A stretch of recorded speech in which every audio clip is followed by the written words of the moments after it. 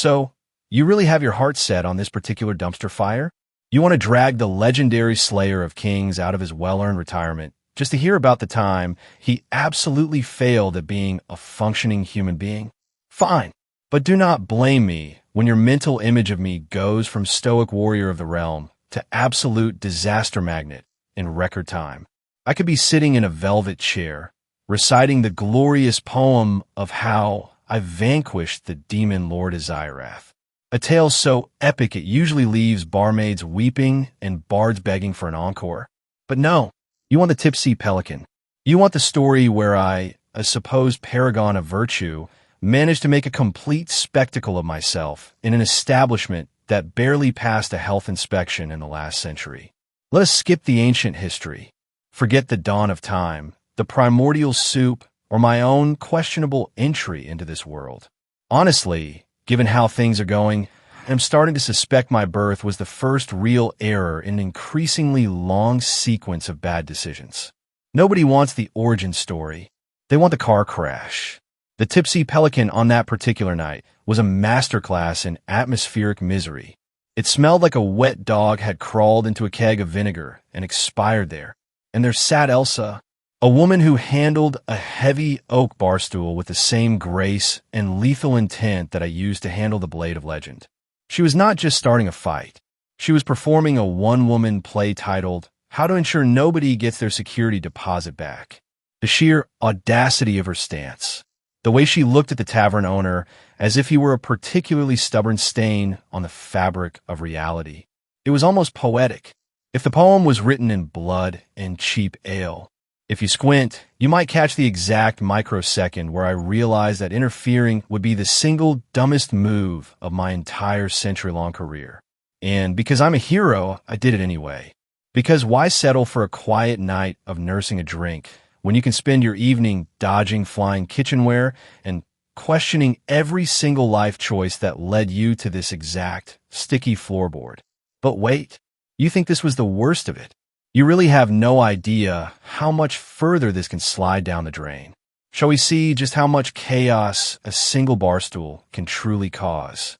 The Tipsy Pelican Tavern is usually a graveyard for ambition. For a year, its floorboards have hosted little more than the quiet settling of dust and the occasional sigh of a man drinking away his student loans. But tonight, the air is electric. The annual Tournament of Heroes has bled out from the arena, and a crowd of thirsty, ego-bruised citizens has decided my little establishment is the epicenter of the universe.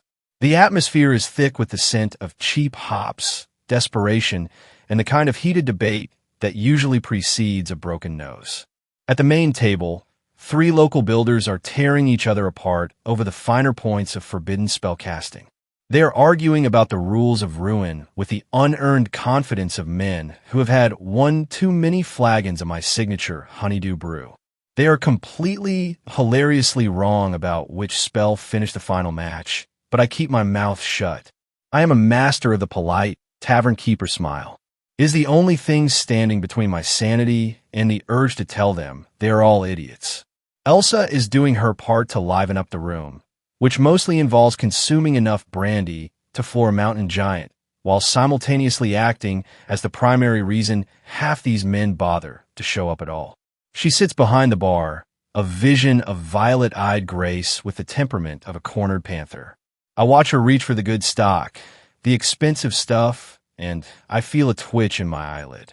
She moves with a reckless, drunken fluidity that manages to be both infuriating and dangerously captivating. And then there is the mysterious visitor, a white Templar, draped in the pristine, suffocating robes of the church, sipping red wine in the corner like she is waiting for an exorcism to break out. Her presence is a cold, sharp blade cutting through the tavern's warmth. She knows her lore, she knows her danger, and she is watching us all with the detached curiosity of a predator observing a cage of mice. The social order of the night is shattered when a young lordling named Herwin tries to buy his way into relevance by flaunting his connections to the tournament champion. The builders, fickle creatures that they are, immediately embrace him once they realize he might actually provide entertainment. It is a spectacle of false camaraderie, punctuated by the sharp sting of cheap, high-proof brandy. But the real drama has only just arrived at the front door. Midian, a man whose personality is as rancid as his breath. He is back, flanked by two bruisers who look like they were carved out of wet granite, and his eyes are locked onto Elsa with a possessive, predatory hunger. The tavern goes silent, the kind of silence that happens right before the lightning strikes. I know the routine. I know the rules. Elsa does not want a knight in shining armor, mostly because she is more likely to throw that knight through a window than thank him for his service. But as Midian begins his pathetic, drunken ultimatum, and as a naive customer tries to be the hero, I see the familiar, terrifying shift in Elsa's expression. Her cheeks are flushed with that specific, dangerous hue that signals the end of peaceful discourse. The sound of splintering wood is crisp, clean, and entirely too expensive for my ledger.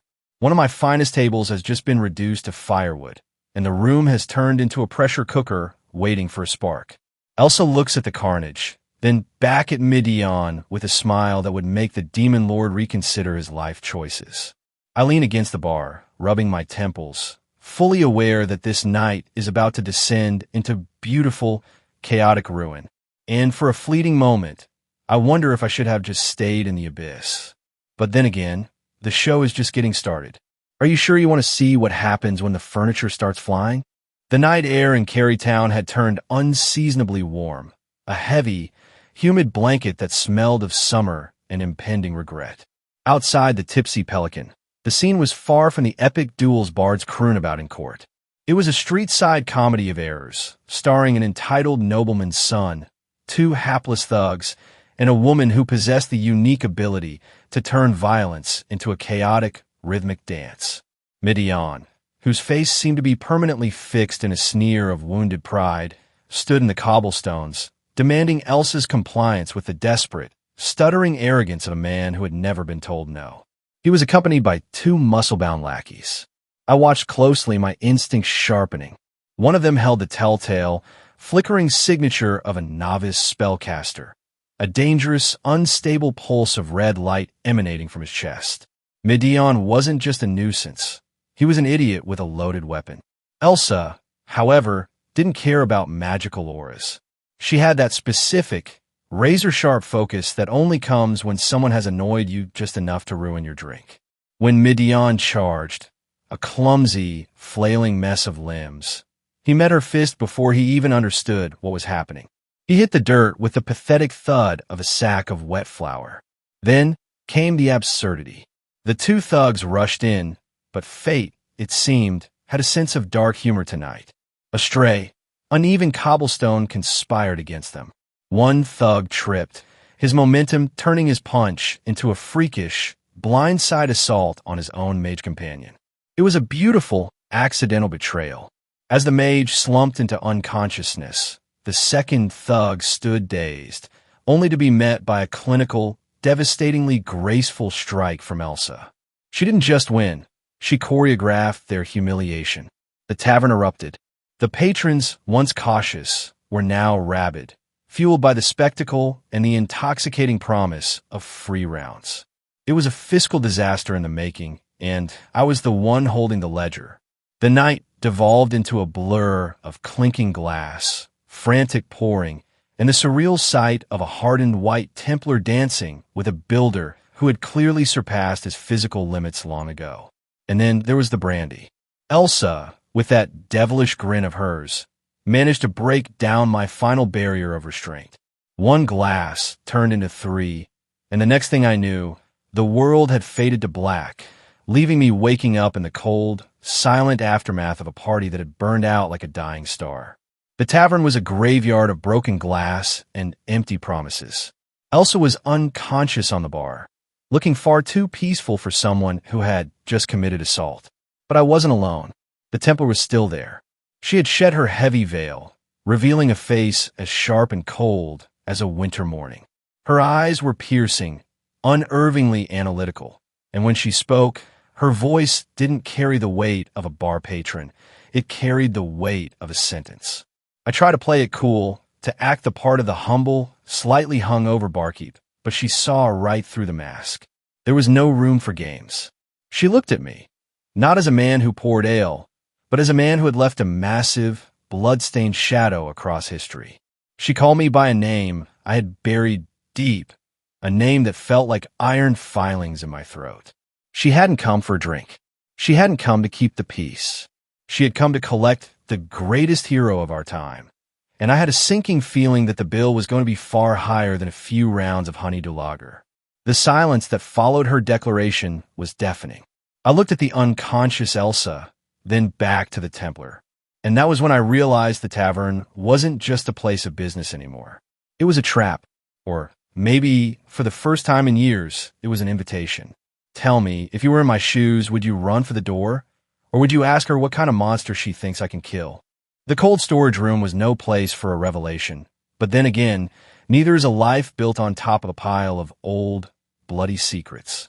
I stood there, leaning against the damp, sweating walls, trying to shake the fog of cheap brandy from my brain.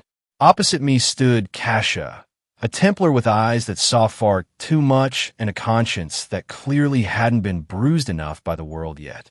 She was persistent, a real bulldog in white robes. She had tracked me here, to this godforsaken tavern, convinced that I was the legendary Stormblood, the man who supposedly held the world together with grit and sorcery. She had even caught me in a moment of sloppy, drunken competence, pinpointing the exact pebble flick that had turned a tavern brawl into a masterclass of humiliation. I tried to tell her the truth. I am a retired relic with a 19-year-old's body and a chronic, exhausting lack of interest in playing hero. But she wasn't listening to words. She was listening to the legend. She started talking about elder dragons and the impending annihilation of the kingdom of Larini. High stakes, epic scope, the kind of thing that usually get a man like me killed for the sake of people who wouldn't know my name if I died protecting them. She pushed, and the sheer, irritating self-righteousness of the church began to crawl under my skin. So, I decided to break her. I did not want a quest. I did not want a challenge. I wanted her to leave. I offered a deal so monstrous, so deliberately cruel, that it should have sent her running back to her high priests in tears. I asked for 2 centuries of her freedom. I asked for her to be my slave. I wanted her to see that when you strip away the romantic glow of heroism, the truth is just a transaction of suffering. She stood there, trembling, and then she did the one thing I never expected. She started to undress. The air in the room turned frigid. It wasn't bravery. It was a desperate, terrifying kind of martyrdom that I had seen too many times before. It disgusted me. It scared me. But mostly, it reminded me of exactly why I walked away from the path of the hero in the first place. I had to stop her, not out of kindness, but because the sight of her willingness to throw her life away for a kingdom that didn't know her name made my stomach turn. I needed to make her see the reality, not the legend, but the broken, hollowed-out husk of a man that actually stood before her. I told her to use her spell of seeing. I told her to look beneath the surface. Her eyes flared with that ethereal, piercing blue, scanning my body, my aura, and the deep, silent void where my power should have been. The silence that followed was heavy, absolute, and suffocating. She gasped, her face draining of color as she stared at the truth of my existence, or lack thereof. I watched the realization wash over her. The hero she had been chasing was not just unwilling to save the world, he was incapable of it. I smiled, though there was no humor in it. If she wanted to stare into the abyss, she was going to get exactly what she deserved. And now, the question isn't whether I will go on her crusade. It is whether she can handle the truth of what I have become. Do you think she will walk out? Or is she about to learn that some legends are better left in the grave? The cold storage room felt less like a pantry and more like a confessional booth for the damned. Kasha stood there, her reality shattering in real time as she scrutinized my aura with the spell of seeing. I watched the realization wash over her. The legendary hero was a myth, and the man standing in front of her was nothing more than a retired, slightly hungover, and aging mortal. Her shock was palpable, a physical weight in the stagnant air. She was a prodigy, a girl who had climbed the first 2 rungs of the ladder of godhood, breath and spirit. Yet she looked like a child who had just found out that monsters were real and heroes were just stories we told to sleep at night. She pleaded, her voice a desperate tremor. Laurenti was a graveyard in waiting. The dragon was coming, and she had staked everything on the idea that I was the iron wall that would stop it. It was exhausting. It was tragic, and I simply did not care enough to bleed for it anymore. I told her to look for a king slayer, to find some other fool with a death wish. The look of utter devastation on her face almost made me feel something, but the brandy and the bitterness of 2 centuries of thankless servitude acted as a thick, protective callus around my heart. The atmosphere shifted abruptly from existential dread to farce. Charm, my cook, drifted into the room like a ghost, witnessing the tableau of a barely clothed Templar and her master in the middle of a private, heated argument. Her reaction was a masterclass in deadpan, clinical indifference that hurt far worse than a shouting match. She retreated, leaving the lingering scent of social ruin in her wake. Kasha eventually scrambled into her robes, looking humiliated and adrift. I sent her off to find a room, warning her to avoid the tavern's more unpredictable guests, specifically Elsa, who treated every room in the house as her own personal bedroom regardless of who was already sleeping in it. I collapsed onto my bed, the room spinning with the remnants of my late-night indulgence. I was desperate for the black, dreamless void of sleep when a soft knock shattered the quiet. It was Charm. She looked like a girl, but her eyes held the depth of a bottomless well. She asked if I needed anything with that strange, melodic accent of hers, her expression as unreadable as a stone wall. I tried to defend myself. I tried to explain the madness of the last hour, but Charm was faster, sharper, and far more lethal with her words than I was. She dismantled my excuses with a single, cutting remark about my own conscience, all while maintaining the veneer of the perfect, subservient cook. She was enjoying this, the first time I had ever seen her take pleasure in anything. She left me with a hanging question that echoed in the dark. Was I going to face the dragon? I told her no, of course not. I was on vacation. I had earned my rest. She didn't argue. She didn't blink. She just nodded and left, leaving me alone with the silence. The problem with legends is that they're like bad debts. You can move to a new town, change your name, and bury your past, but eventually, someone always comes to knock on your door, asking you to pay the price one more time. As I drifted off, I couldn't help but wonder if the dragon would care about my vacation days, or if the history I had tried to outrun was finally catching up to me in the form of a scaly, ancient nightmare. The question is, when you've finally reached the end of your ability to care, what do you do when the world decides to burn anyway? Trigger warning.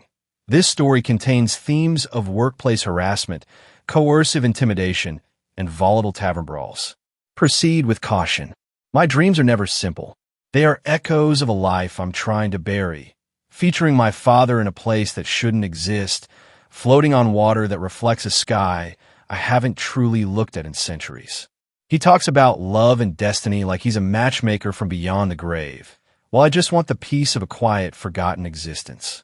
But the universe has a cruel sense of humor, and reality has a nasty habit of crashing through the bedroom door. I woke to a logistical nightmare. Elsa, clearly having forgotten that I am a man and not a piece of furniture, was draped over me. And then, at the worst possible second, Charm walked in. Her expression didn't flicker, but the silence she left behind was heavy enough to crush a stone. To top it all off, as she left, she collided with Kasha, our guest of honor from the church. The look of profound, horrified judgment I received from both women was enough to make me wish I was back in the abyss. Breakfast was a masterclass in psychological warfare. Charm was playing the part of the obedient servant with a saccharine, mocking intensity that made me want to hide under the table.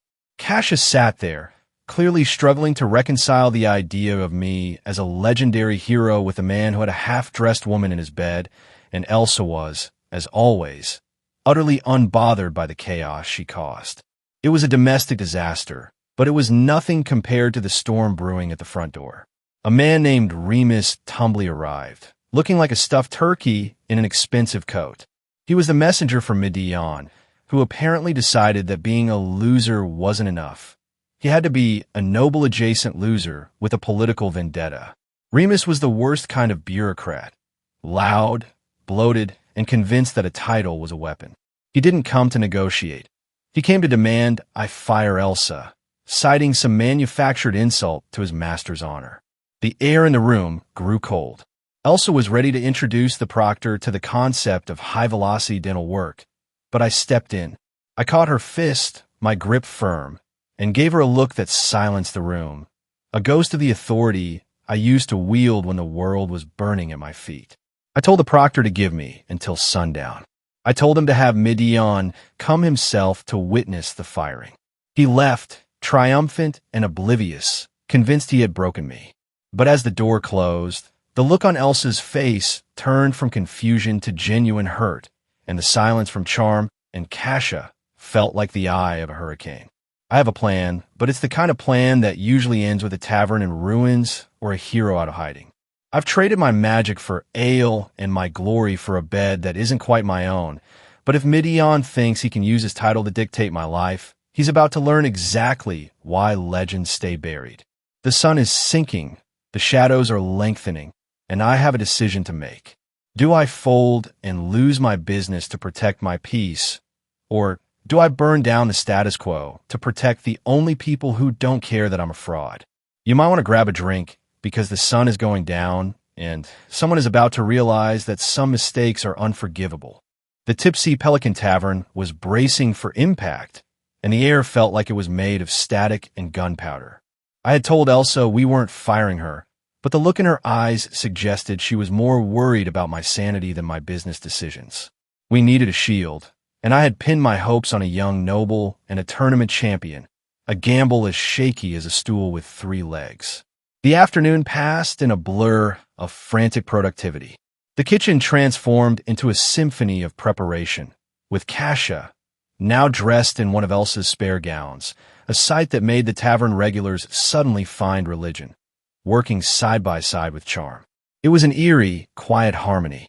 Charm, ever the professional, was still nursing a grudge, turning every conversation into a razor-sharp jab at my character. When she hurled a soup ladle at my head with the precision of a master assassin, I knew I'd lost the moral high ground for the day. But there was a strange, haunting comfort in it. For a year, this place had been a shell, a tomb for a hero who didn't want to be found. Now, with the scent of pumpkin-infused ale rising from the basement and the low hum of genuine life in the barroom, it felt like a home. A home that was about to be burned down by a petulant, entitled brat with a family name. As the sun began to bleed into the horizon, the atmosphere curdled. The regulars were waiting for a grand entrance, for a hero to sweep through the doors and validate their mundane lives. Instead, the doors didn't swing open with majesty. They exploded inward with malice. Midian was back. He wasn't alone this time. He brought a phalanx of 6 thugs, each one gripped by the white-knuckled intent of hired violence. They were carrying clubs, their faces twisted into the ugly, hungry grins of men who enjoy breaking things that don't belong to them. The tavern went silent. It was the kind of heavy, suffocating quiet that precedes an avalanche. The builders looked toward the door, their mugs forgotten. Elsa stood behind the bar, her knuckles white, her gaze shifting from the weapons to me, then to the door. Midian stood in the threshold, framed by the dying light of the afternoon, looking like he owned the very floorboards I'd spent all year scrubbing. He didn't need a champion to back him up. He had numbers, he had a grudge, and he had the smug, nauseating certainty that he was untouchable. I set the pitcher down. I didn't feel the adrenaline of my youth or the call of a battle-worn spirit. I felt a cold, weary resignation. I had hoped for a reprieve. I had hoped for a simple night of ale and laughter. But it seemed that fate, like Midian, didn't care much for what I wanted. I stepped forward, leaving the safety of the bar behind. I had asked Midian to come back after sundown so he could see the end of his little problem. I didn't say it would be the end of Elsa's employment. I just said it would be an ending. The first club hit the floor with a dull, heavy thud. And just like that, the tavern's brief experiment with normalcy reached its breaking point. Are you ready to see what happens when a legend stops pretending to be a barkeep? The Tipsy Pelican Tavern had turned into a pressure cooker, and the lid was about to blow. Midian, the trust fund villain with the emotional stability of a toddler, stood in the center of the room, surrounded by a pack of alley-bred thugs. These weren't the usual drunkards we dealt with. These were men who sharpened their teeth on desperation and violence. The air was thick with the copper tang of sweat and the terrifying promise of splintering bone. My patrons were frozen.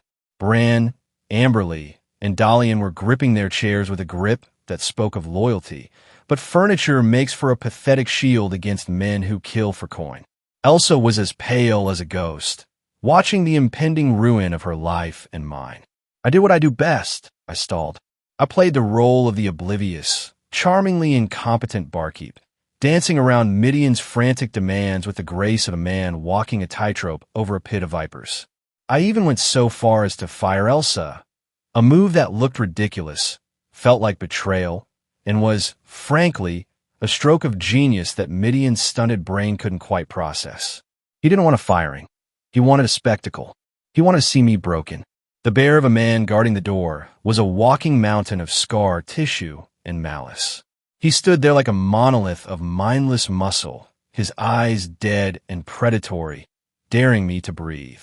As Midian's rage spiraled, hitting a fever pitch that threatened to turn the tavern into a slaughterhouse, I felt a familiar, sharp clarity wash over me. Outside, I heard Herwin's voice.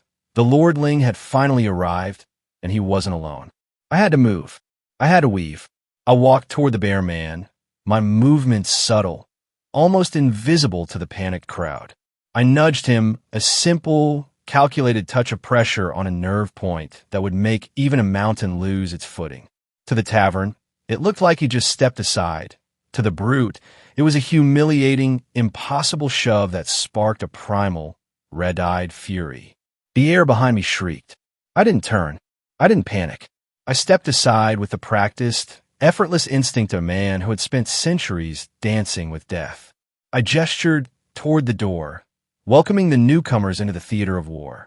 The bear man's fist, a projectile of raw, unbridled kinetic energy intended to rearrange my skull, sailed through the empty space I had occupied only a heartbeat before. It struck home with a sound like a wet hammer hitting a butcher's block. It didn't hit me. It didn't hit the floor. It landed with brutal, undeniable precision directly into the face of the man who had just walked through the door.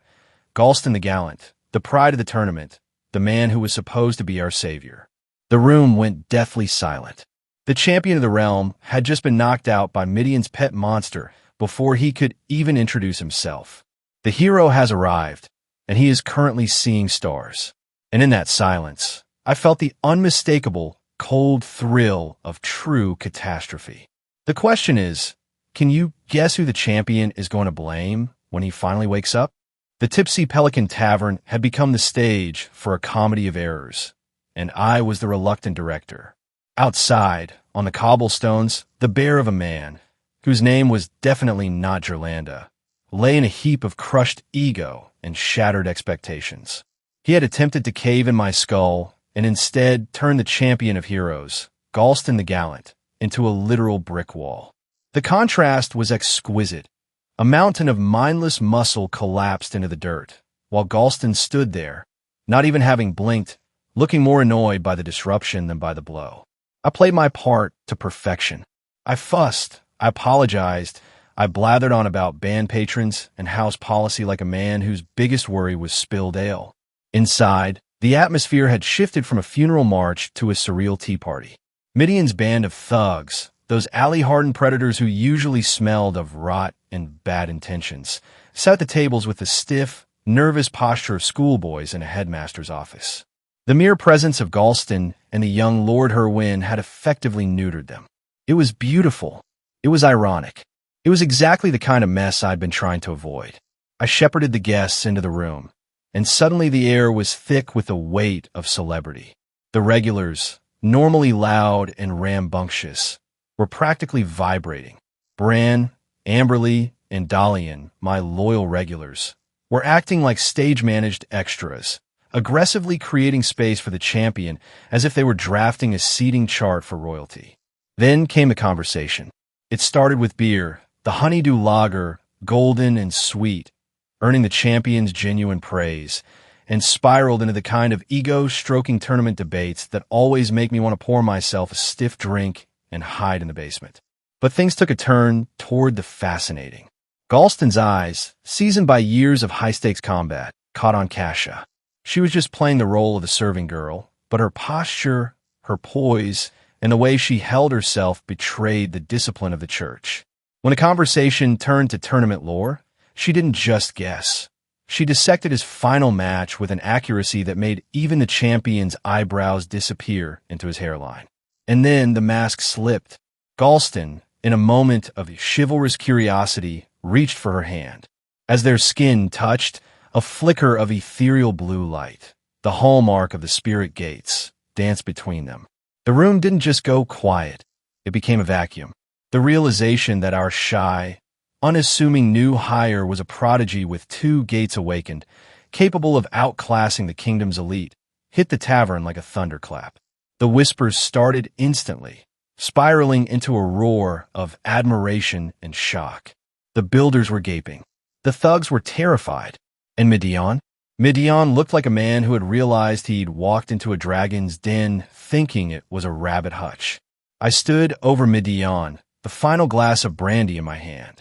I could feel the tension in the room, a taut, vibrating wire ready to snap. The power dynamic had shifted. We were no longer a tavern being harassed. We were a powder keg, and Midian was holding the match. I leaned down, my smile cold, and placed the drink before him. I had him trapped in a room full of people who now knew exactly how much he was punching above his weight. So, Lord Midian, I thought, as the room waited for his next move, you wanted to shut down my business? You wanted to fire my staff? You've got the champion of the realm, a lord, and a potential powerhouse of a Templar all sitting right in front of you. I leaned in, my voice a soft, dangerous whisper that only he could hear. The night was still young, and the real entertainment was only just beginning. The storm had passed, leaving in its wake the hollow silence of a tavern that had narrowly avoided being reduced to splinters. Midian, stripped of his bravado and his leverage, had scurried into the night like a whipped cur, leaving behind only the heavy, lingering scent of cheap brandy and deep-seated humiliation. The tavern, once again, belonged to the common folk, to the builders, to the laughter that had replaced the crushing tension of potential violence. But for all the relief, the atmosphere was forever altered. Elsa, usually a whirlwind of chaotic charisma, stood by the door, her defenses momentarily dropped. The mask of the carefree barmaid had slipped, revealing the raw, jagged edges of someone who knew exactly how close she had come to losing the only home she had ever known. We didn't talk about the debt of gratitude. Some things are too heavy to be spoken aloud without breaking them. Instead, we celebrated. I reached into the depths of my personal stash, the kind of place where legends keep their souvenirs, and pulled out a bottle of Medi Gilhanna. To the uninitiated, it was just purple liquid in a green bottle. To the connoisseurs, it was liquid history, an elvish vintage worth more than the tavern itself. The reaction around the table was worth every drop. Even the stoic champion, Galston, seemed to deflate, his legendary veneer cracking under the pure, intoxicating brilliance of the pour. The night turned into a symphony of camaraderie. The builders, Bran, Amberly, and Dalian, argued over tournament lore with a fervor that would have been annoying if it hadn't been so human. And Kasha, the girl who was supposed to be a simple traveler, shone brightest of all. When Galston's aura brushed against hers, the reveal was absolute.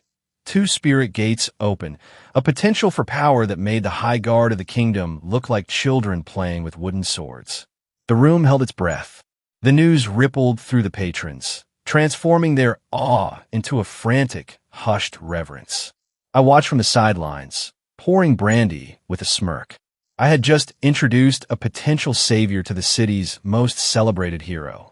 Surely, that was the end of the dragon, the end of the drama, and the beginning of a long, boring, and profitable retirement. The tavern eventually emptied, leaving us to the quiet, rhythmic labor of scrubbing away the night's debris. Kasia had decided to stay, to weave herself into the fabric of our bizarre little family.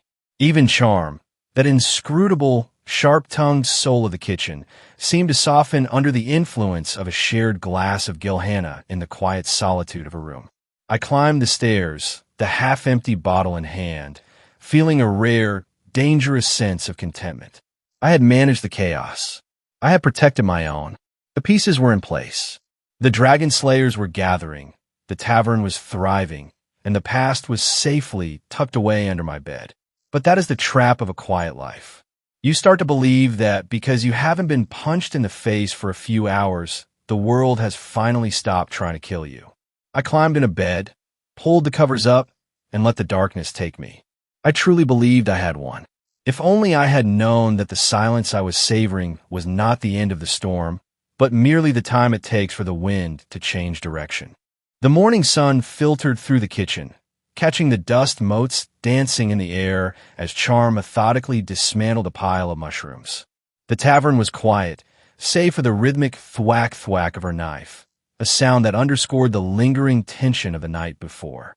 I had finally managed a night of deep, dreamless sleep, but Charm, ever the sharp-tongued conscience of this establishment, was already back to her favorite hobby, dissecting my moral failures. She didn't have to name them. The silence she left after each jab spoke volumes. Our ragtag group gathered for a breakfast of vegetable stew. It was a humble start of the day, but the dynamic had shifted. Elsa looked like she'd crawled out of a costume party, her evening gown rumpled and lived in, while Kasia, our guest of honor, sat across from her in the crisp, stark white of her church robes. It was a clash of worlds, the sacred and the profane, all huddled together over a lukewarm pot of stew. We were out of everything, eggs, bacon, even the basics, so the local market became the day's priority. I needed pumpkins, not for pies, but for a brew that I hoped would change the tavern's trajectory. The summer festival was looming, and the brewmaster's best ale cup was the kind of prize that could turn a hole in the wall into a kingdom of commerce. Boreas, the city's reigning brewmaster, would be expecting me to bring the honeydew, but I was planning a different kind of ambush. The conversation naturally drifted back to our windfall from mid-eon. It was a delicious irony. The man who tried to bankrupt us had effectively financed our expansion. We'd charge him a small fortune for what he thought was top-shelf luxury, not knowing he'd been served standard house stock. The fact that he'd had to make his own thugs pool their pocket change to pay the tab was the cherry on top. Elsa was still glowing from the trick, though she looked slightly guilty about the bottle of elvish vintage we'd polished off the night before. It was a rare moment of genuine collaborative planning. Elsa dreamed of musicians and dance floors. Charm, for the first time since I'd known her, actually weighed in on the kitchen's potential. And Kasia, shyly but surely, suggested that perhaps a few decorations wouldn't hurt. For a place that had felt like a purgatory for a retired hero, the Tipsy Pelican was starting to feel suspiciously like a home. I looked at them, the barmaid, the Templar, the cook, and the relic of a legendary past, and realized we were actually becoming a business. We had a plan, a third tap in our future, and an influx of coin that would actually be spent on growth rather than survival. The market awaited. Kasia was coming along to learn the city, and I had a cart to fill. The path ahead seemed clear enough. Brewing, selling, and building. But in this city, even a simple stroll to the market usually holds a few surprises. We stepped out of the tavern, the cool morning air hitting our faces, unaware that our plans were about to be complicated by the very world we were trying to build a life in. And somewhere, out in the crowded streets of Meritas, I had a feeling the piece we'd bought was already expiring. The trip to the market was supposed to be simple. Just me, Kasia, and a few empty bags destined to be filled with pumpkins and produce. But walking through Meritas with a woman who looks like she just stepped out of a cathedral is never just a walk. It is a lesson in how the world treats those who radiate purity. I've lived in the shadows of this city long enough to know the price of bread is negotiable depending on who is holding the coin. With me, the shopkeepers are vultures. With Kasia, they are saints. Watching a grizzled, stone-hearted fruit peddler crumble into a fountain of generosity, for her, was almost as entertaining as it was infuriating. I, on the other hand, was quoted full price, and then some, just for having the audacity to exist. As we navigated the bustling, colorful arteries of the market, the conversation inevitably drifted into the dangerous territory of my past. Kasha is sharp. She knows that a man like me doesn't just walk away from godhood without a reason.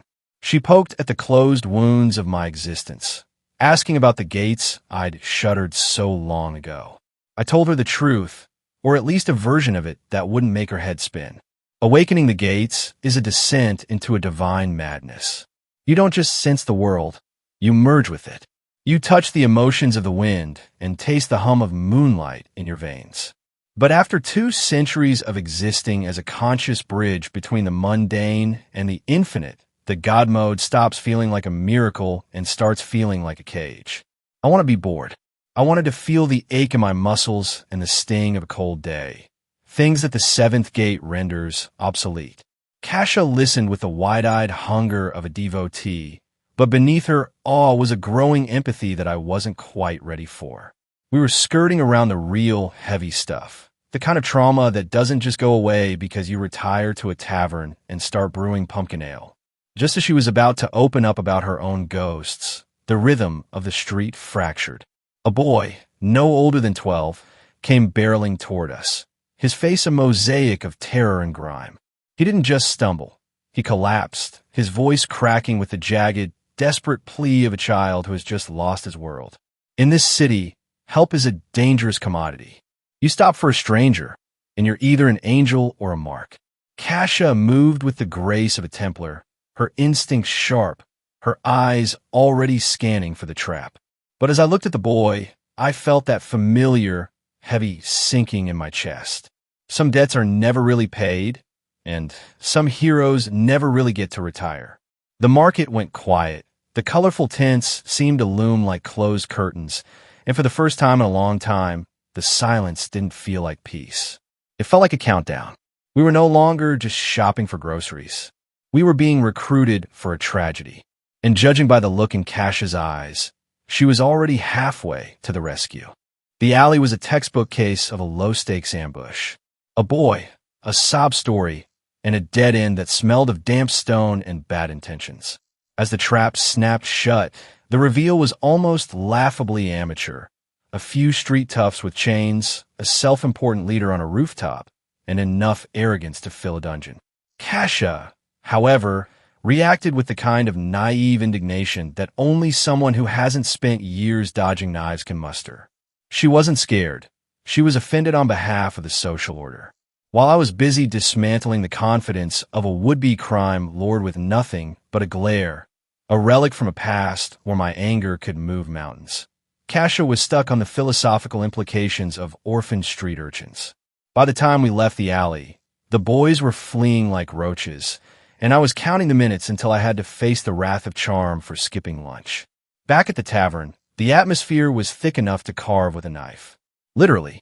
Charm's wit was as sharp as the blade she was holding, and the subtext of her threats made it clear that my life expectancy had dropped significantly in my absence. But before the situation could escalate into a culinary tragedy, Kasha bypassed the drama entirely. She had vanished, only to reappear in the crisp, intimidating steel of her full Templar's regalia. She was on a mission. She had seen the gaps in the city's facade, and the gears in her mind were turning with the rigid logic of a true believer. We made our way to the cathedral in Quell Hills, a sprawling white fortress that loomed over the city like a monument to cold bureaucracy. The reaction to her presence was immediate. To the local clergy, her status was a shockwave.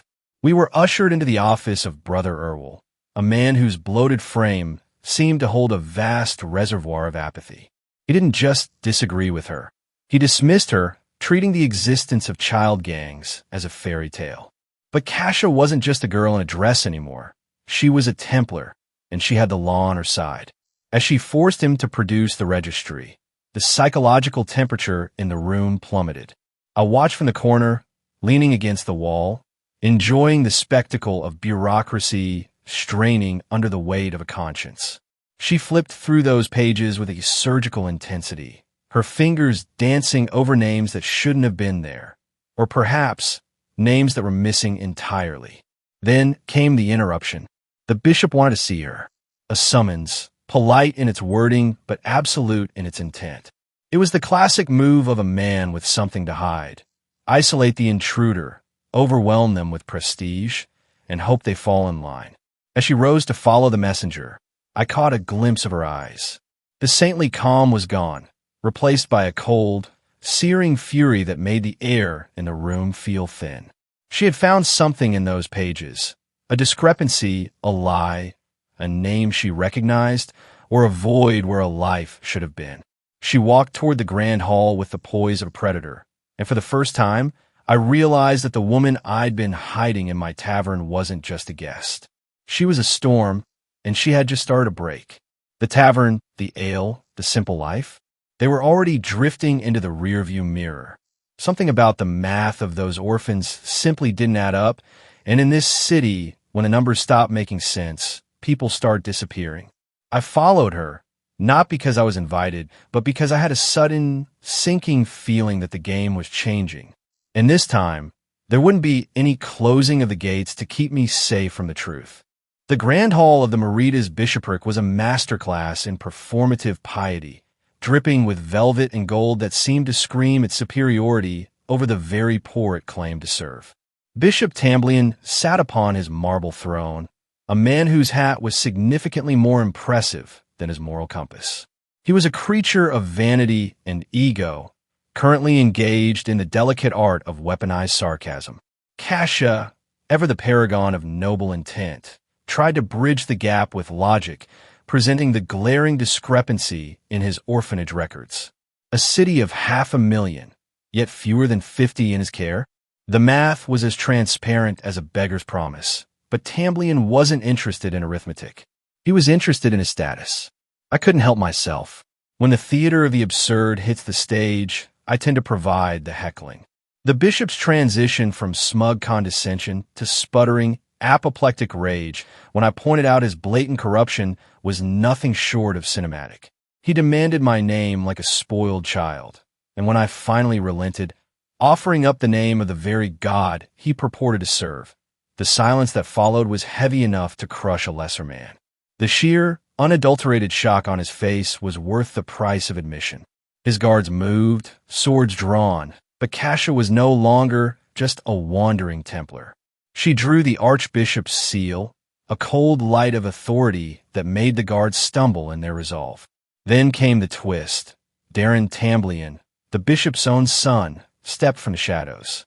A man of high status and suspicious charm. He smoothed over the tension with a practiced ease that set my teeth on edge. He volunteered to investigate, a tactical retreat that allowed his father to save face while simultaneously taking the investigation into his own hands. The walk back to the Tipsy Pelican was a blur of twilight and unspoken tension. Kasha was drained, haunted by the realization that her order was riddled with the very rut she sought to excise. She seemed fragile, a saint holding onto her convictions while the world tried to grind them into dust. Late that night, the dynamics shifted once more. A knock on my door. Kasha, looking for solace or perhaps an ally. She wanted to hunt those missing children, and she wanted me to be the one to watch her back. I gave her the lecture, the jaded, ancient truth of someone who has seen history repeat its darkest cycles. I told her the world is broken, and no amount of heroism can fix it. But Kasha? She played a card I didn't see coming. A bet. A week of her wearing Elsa's finest. The white dress with the laces and the silhouette that would make a monk rethink his vows, if I just helped her with this one thing. Suddenly, my cynical crusade against convenient virtue took a back seat to the sheer logistical challenge of being a man of honor. The next morning, the breakfast scene was a battlefield. I had to concoct a story for charm, a masterfully pathetic plea about thinking of the children, all while she held a kitchen knife with the kind of focus usually reserved for surgical procedures. Her silence was a promise of future violence, and her reaction to my suggestion that she work the front of house was enough to tell me that if looks could kill, I'd be a ghost 3 times over. We left the tavern, the morning air biting at our skin, leaving Charm to her resentment and Elsa to the morning rush. I had an orphanage to investigate, a Templar to protect, and a bet that had turned my simple, boring retirement into a dangerous game of vanity and steel. As we stepped into the bustling streets of Merida's, I realized that the silence I had been craving was officially gone. The hunt was on, and I had a feeling that beneath the clean, white stone of the cathedral, there were secrets buried that would stain the entire city red. The search for the missing orphans of Merida's began not with a grand crusade, but with a walk through the city's underbelly, a journey that felt less like a rescue mission and more like a lesson in the architecture of misery. Keeper's Garden was a place where hope went to be quietly strangled by the smog, and as we navigated its winding, desolate alleys, the weight of the city's hidden rot began to press against us. Kasha was the picture of naive determination, her every step a quiet protest against the poverty we encountered. I kept my observations to myself, knowing that the church was rarely as spotless as the white robes they wore. We were being watched, of course. The presence behind us was like a static charge in the air, prickling at the back of the neck, a subtle reminder that in this city, you are never truly alone. Hunger forced a detour at a local noodle shop. It was a simple, grounding meal. For me, food had lost the sensory kaleidoscope of my godhood years. I no longer tasted the echoes of a slaughtered animal's pain or the deliberate intent of the chef. Now it was just fuel, primal, satisfying. As I watched Kasha eat with a grace that felt out of place in such a grimy corner of the world, I couldn't help but feel a strange, protective flicker of annoyance. She was too bright for this ward, too clean for the shadows we were hunting. We eventually found them, or rather, we forced them to show their hand. A classic damsel in distress lure led us into the trap of some local thugs, who learned the hard way that Kasha wasn't just a Templar, but a woman who could hold her own. A few broken ribs and a shattered ego later, we had our intel, the Gray Stone Bridge. The old prison near Yumantown was a haunting relic, a hollowed-out husk of a building that had seen enough fire and betrayal to turn any soul to ash. We didn't just find orphans. We found a syndicate. Gendro, the architect of this wretched little empire, had turned the prison into a base for his child slaving ring. As we stood in that arena of rubble, surrounded by 24 hardened killers, the tension didn't just break, it shattered. Kasha moved with the grace of a storm, her aura blossoming like freshly fallen snow, a swirl of celestial force that tasted of winter. But she wasn't alone. From the rafters, High Templar Tamblian appeared, a man of gleaming plate and lethal precision, unleashing a torrent of lightning that turned the scene into a chaotic ballet of static and shadow. It was a display of power that felt almost rehearsed. In the aftermath, as the orphans were rounded up and led away by the very institution that had ignored them for so long, Kasha wore the expression of a woman who had saved the world. She was glowing with the righteous fervor of a job well done. I leaned against the wall of the ruined prison, watching them go. The church had cleaned up its mess, and the orphans were being ushered back into the fold. It was nice. It was tidy. It was perfectly, suspiciously convenient. Tamblian was a hero. Gendro was in chains, and justice had been served, or at least a version of it had been signed, sealed, and delivered. Kasha looked at me, her smile genuine, her faith in the order restored. I didn't have the heart to tell her that in a city built on secrets, the good guys are often just the ones who win the argument. The orphans were safe, the bet was won, and I had my dress, but as I watched the High Templar walk away, I couldn't shake the feeling that we hadn't solved the rot. We had just painted over it, and in a place like Merida's, the paint never stays dry for long. The homecoming to the Tipsy Pelican was, for all intents and purposes, a masterclass in awkward social dynamics. I regaled the ladies with a version of the rescue that painted me as a tactical genius, though the lack of enthusiasm in the room was palpable. Charm, acting as the resident gatekeeper of morality and sanity, remained unconvinced, while Elsa was more interested in the sudden fashion transition I had orchestrated. The deal was simple: a week of the white, lace-trimmed dress for a week of investigation. But as I watched Kasia struggle with the scandalous garment, I realized I had traded my peace of mind for something far more volatile. The atmosphere in the tavern was thick with the scent of pine and something else, something deeper, a kind of domestic tension that I wasn't equipped to handle. That night, the dreams returned. The image of the lake, the mirror surface water, and my father's phantom presence. It was a familiar ghost, but the piece of the dream was shattered by a jarring, metallic gong, a noise that bled into reality as charm stood over me, weaponized with a kitchen pan and a lethal sense of duty. The morning of the errand turned into a race against a different kind of shadow. My senses, muted as they were, caught the telltale prickle of someone stalking us.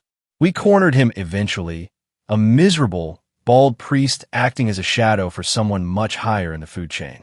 The pursuit led us down into the bowels of the city, into a place that time and heaven had long forgotten: the church beneath the church.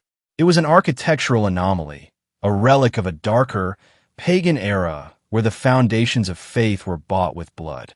And there, waiting for us in the blinding, sterile white of the atrium, was High Templar Darren Tamblian. Darren didn't bother with pretenses. He laid out the truth like a merchant selling spoiled meat. The Order's history was built on the treachery of Aeneas, the brother of the founder. He claimed he was merely walking in those bloody footsteps, trading souls for influence, turning the very orphans we sought into currency for his climb to power. Kasia's reaction was seismic.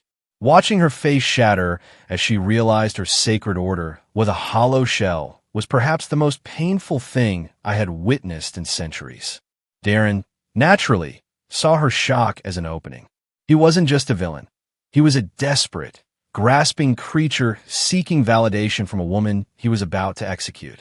The moment he tried to demean her, the shift in the room was absolute. Kasia didn't just stand up, she ascended. The ensuing fight was a lopsided affair, at least until Darren revealed his hand. He hadn't just mastered the blade. He had opened the third gate of radiance. The air grew heavy, static-charged, and the smell of ozone replaced the stale sewer air. His aura dwarfed Kasia's, a crushing weight that promised to turn the atrium into our tomb. Kasia turned to me, her eyes glowing with the blue light of her resolve, expecting me to be her equalizer. But I just stood there, casually flicking a bit of earwax onto the stone floor. The church had its secrets, the Templar had his sins, and the girl had her savior complex. I looked at them both, grinning like a man who hadn't a care in the world. I had found her orphans. I had seen the monster. My contract was technically fulfilled. The air in the atrium was humming with lethal intent, a battlefield of divine magic. And I was just a vacationing retiree who had absolutely no intention of dying for a church that was rotting from the inside out. The question hung in the stale, underground air. Would the legendary hero finally step into the fray, or would he leave the saint to be broken by the very order she loved? The atrium of the church beneath the church had become a stage for a brutal, beautiful, and utterly lopsided dance. Darren Tamblian, with the arrogance of a man who held the keys to both heaven and the black market, moved with the lethal grace of a predator. Kasia, meanwhile, was a storm of tattered white lace and righteous fury, her every movement a desperate prayer etched in blood and exhaustion. It was hard to watch, not because I feared for her life, though she was certainly standing on the edge of the abyss, but because her commitment was so painfully earnest. She parried blows that should have shattered her bones, her spectral blade flickering against the overwhelming weight of Darren's black aura. She was running on nothing but will and the dying embers of her halos. I perched on a stone outcropping, the ultimate armchair critic, tossing out tactical advice like a bored god at a gladiator match. I pushed her, goaded her, and watched as she finally found that hidden spark, the potential to bridge the gap between spirit and radiance. I saw the door to her third gate tremble, the light leaking through the cracks, only for Darren to slam it shut with a fist that nearly broke her in two. He had her. She was a broken doll on the cold floor, gasping for breath, her world narrowing down to the sharp, dark edge of the Bane's blade. That was when I stepped into the light. I didn't play the hero. I didn't rush in with a dramatic shout or a clashing of steel. I simply broke the rhythm. I walked toward the High Templar with the casual air of a tavern keeper annoyed by a noisy patron, delivering a performance that was half sarcasm and half existential dread. I forced Kasha to make the impossible choice. The life of a few versus the fate of a kingdom. A cruelty designed to break her naivety before it got her killed. I needed her to stop looking for a perfect moral solution and start looking at the reality of the monster standing over us. Darren, drunk on his own superiority, couldn't resist the show. He was too busy savoring the spectacle of the broken saint and the blustering tavern keeper to notice that the prey had changed. He laughed, he postured, and he let his guard drop just enough. In the span of a single heartbeat, the air in the atrium shifted. The smell of ozone vanished, replaced by the crushing pressure of a power that had been dormant for 200 years. I didn't use a blade, a chant, or a prayer. I simply pointed. A single, piercing beam of absolute focus tore through the darkness, through the arrogance of a man who thought himself a god, and through the very stone walls behind him. The sound was like a thunderclap dying in a whisper. Darren looked down, the light of his third gate flickering out like a guttering candle, his face frozen in a mask of realization that came seconds too late. He hit the floor with the finality of a falling tree. Kasha stared at the corpse, then up at me, her eyes wide with a mixture of terror and dawning, shattering truth. I didn't offer comfort. I didn't offer an explanation. I just adjusted my posture, checked my hands, and gave her a smile that felt sharper than any sword in the room. The distraction was over, the debt was paid, and the true monster had finally revealed his face. The question now wasn't whether she would forgive me for the deception. It was whether she would be able to look at me, or her church, ever again. The aftermath of the battle was a peculiar, heavy sort of silence that only follows the end of a long, desperate lie. Darren Tamblian, the man who had woven his ambition out of the threads of human lives, lay broken on the stone floor. He was a master of his craft, yes, but he was a man who forgot that the most dangerous thing in a room isn't the one with the most power. It is the one who has absolutely nothing left to lose. I watched as Kasha, the saint in shredded lace, knelt over him.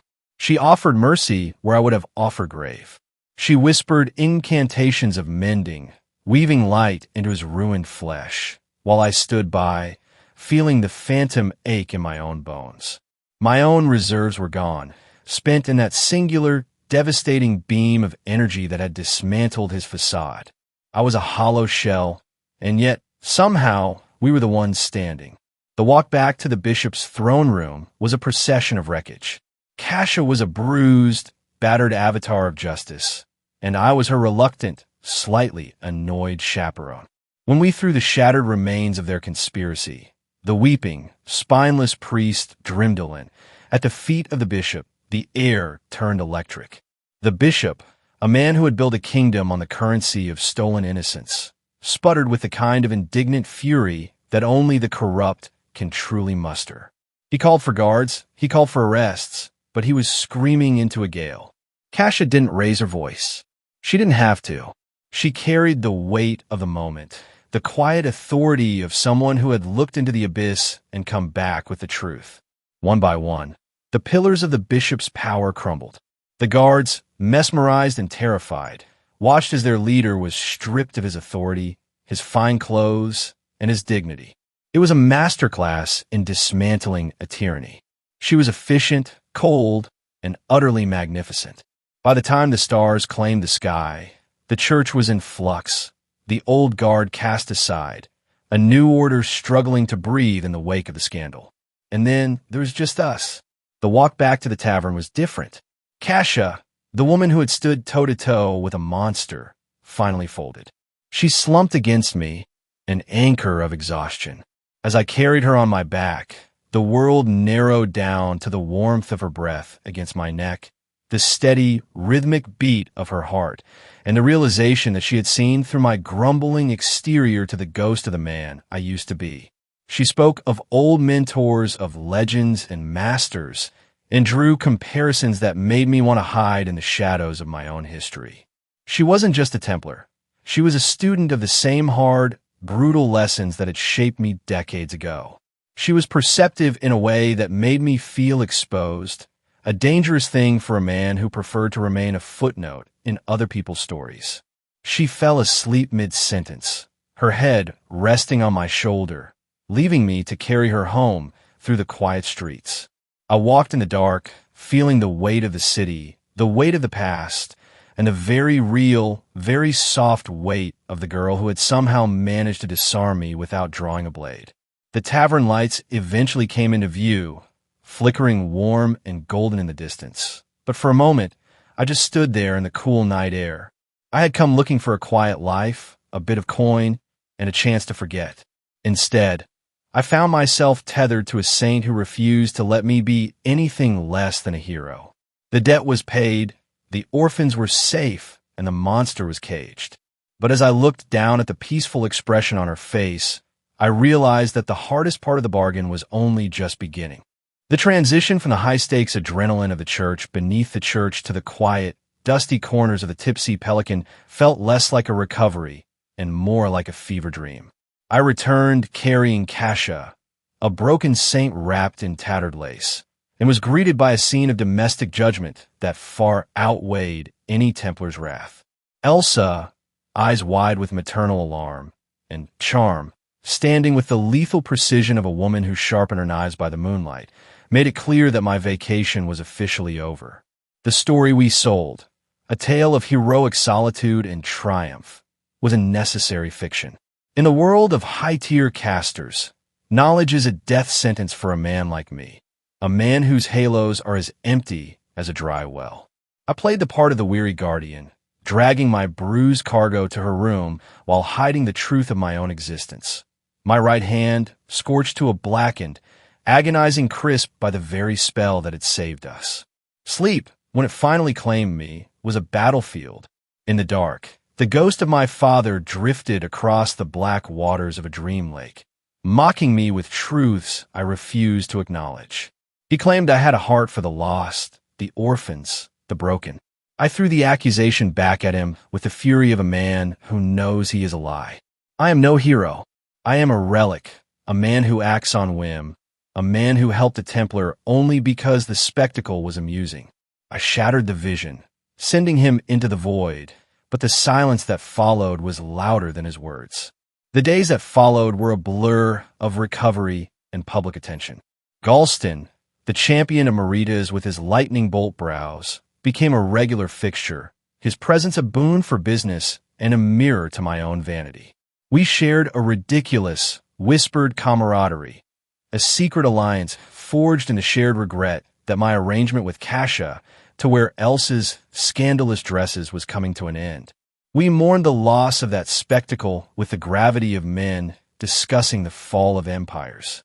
But the tavern is a jealous mistress, and the Summerfest brewmaster's best ale cup loomed on the horizon like a storm front. My latest project, a pumpkin ale, was a mediocre ghost of an idea. It lacked the fire, the soul, the thing that turns a drink into an experience. I retreated to the basement, to the hum of pipes and the scent of fermented grain, searching for the missing note. Charm, surprisingly, offered a rare alliance. She had even gone behind enemy lines, testing the rival brews of the infamous Boris. Her intelligence report was grim but focused. My old recipes were better, but they were not enough to claim the crown. I set to work, infusion by infusion, recipe by recipe, searching for the alchemy of victory. I was 2 weeks out, and every tick of the clock felt like a hammer blow against my resolve. I settled on cinnamon, a desperate reach for something warm, something bold, something that would stick to the ribs of the judges. I started the batch with the nervous energy of a gambler, staking everything on a single turn of the card. But 5 days into the brew, I tasted the fermenting liquid. It was flat. It was wrong. It was a tragedy in a barrel.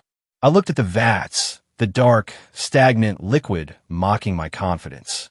I stood on the precipice of defeat, and with the clock counting down, I did the only thing I could do. I tore it all down to start again. The path to the Summerfest Brewmaster's Cup has become less of a culinary endeavor and more of an all-out, frantic war against thermodynamics. My initial plan to use cinnamon was a disaster waiting to happen. A spicy, warm note that would have been a death sentence in the stifling, sun-drenched heat of Meritas. I realized the folly of my ways over a simple, melted dessert, and in a moment of pure, panicked clarity, I pivoted to the only thing that could save my reputation: vanilla. The local pumpkin market became my personal battlefield. I found myself in a bizarre, heated negotiation with a cranky, straw-hatted vendor who seemed personally offended by my business model and my choice of staff.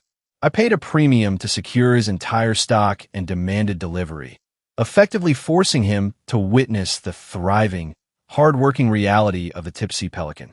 Back at the tavern, I declared an official emergency of the highest order. Elsa, Charm, and Kasha were quickly drafted into the madness. The basement, a lair of humming pipes, steaming kettles, and my own proprietary, borderline alchemical brewing contraptions, became our command center. We spent hours in a sweat-soaked frenzy of roasting, mashing, and boiling. But the clock was the real enemy. Carbonation is a patient process, and I was entirely out of time. My rival, Boreas, a man whose personality is as flat as a stale ale, made the mistake of visiting arrogant and predictable. He spilled my lager, insulted my craft, and confirmed that the rules had changed to bar previous winners from re-entering old recipes. He thought he had me cornered. He had no idea that I wasn't just brewing beer. I was engineering a shortcut through reality itself. In the dead of night, with the tavern silent and the rest of the crew asleep, I descended into the basement for the final phase. I had prepared a separate barrel of pure, fermented gas, a ticking bomb of potential. Using a forbidden, high-tier rule of ruin, a spell designed for the gruesome contraction of organic matter in battle, I repurposed the magic to condense atmospheric pressure itself. I felt the familiar, dangerous hum of the spell as I created a translucent, purple sphere of force. It was a delicate, lethal operation, with the precision of a surgeon and the nerves of a desperate gambler. I pressurized the carbonation and piped it directly into the ceramic fermenter. The pipes groaned, the seals strained, and I waited for the inevitable. If the pressure held, I would have a drinkable, crisp ale by dawn. If it failed, I would have a basement filled with high-velocity shrapnel and a very short career as a brewer. The pressure hit, the ale began to bubble, and I stood back, covered in soot and sweat, grinning at the dark. The stage was set for the festival, and the real question wasn't whether the ale would be good. It was whether Boreas would know what hit him when he took his first sip. The Summerfest Square was a riot of color and noise, a sensory overload of roasted meats, laughter, and the clinking of tankards. Our tent, a small island of order in the chaos, stood proud. Beside me, Charm was a revelation. She had shed her usual wall of indifference, moving with a rhythmic, focused energy, her pink hair tied in ribbons, looking less like a combatant and more like a high-stakes professional. When the whistle blew, the festival transformed into a battlefield. My strategy was simple, ice-cold, uniquely flavored, and heavily branded. We leaned into the frozen pumpkin ale hook, a gamble that paid off when a midday sun began to beat down on the crowd, turning our booth into a desperate oasis for the sweltering masses. But Boreas, the self-important master of the sword and shield house, played dirty. He didn't just bring ale, he brought a spectacle. He hired a flute-playing prodigy, then a full circus act. Acrobats, jugglers, flame-eaters, all designed to lure the crowd away from my modest setup. The atmosphere was electric, a push-and-pull of ticket counts that mirrored the intensity of a siege. Then came the secret weapon. I watched, mouth agape, as Elsa and Kasha cornered a very skeptical Charm. They emerged 7 minutes later in a coordinated, maid-inspired ensemble of ribbons and bows.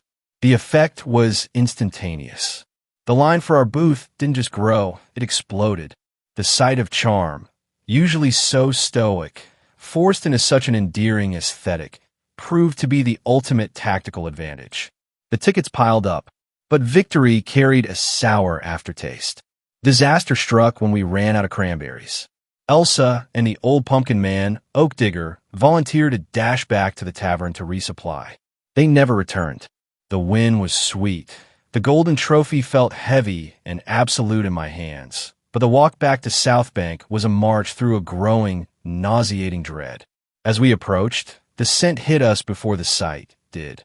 The sharp, acrid stench of burning timber. The Tipsy Pelican was a skeleton, a shell of its former self, engulfed in roaring, hungry flames. Oak Digger lay in the dirt near the entrance, broken and fading. His last words were a confession of a kidnapping, a frantic warning, and a tragic final breath. My fury was a cold, hard stone in my chest. Charm moved with a chilling, efficient grace. She summoned a dark, geometric aperture, a vacuum of void that drank the fire as if it were nothing more than smoke and shadow, snuffing out the inferno in seconds. The tavern was hollowed out, charred and silent. As I scanned the wreckage, the puzzle pieces clicked into place with horrifying clarity. The perpetrator had timed this with precision, banking on the festival to draw us away. They hadn't come to kill, they had come to take. And there was only one person capable of such a targeted, calculated strike, a name that tasted like bile in my mouth. The game had changed. The trophy sat on the blackened floor, a useless trinket in the face of what had been stolen. I looked at the dark street, the shadows stretching out like reaching fingers, and felt the weight of the coming hunt. The era of the tavern keeper was over. The era of the reckoning had begun. Stepping out of the smoking skeleton of the Tipsy Pelican, I felt the air, not just the summer heat, but the heavy, ozone-charged pressure of a dormant storm. For a year, I played the role of the humble tavern keeper, a quiet life of ale and coin. But tonight, that mask burned away with my mahogany bar.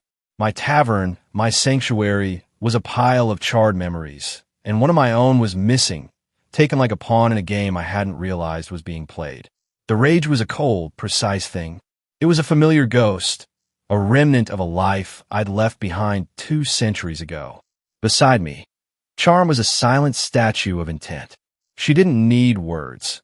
She held a shimmering sphere of energy that pulsed with the location of our thief.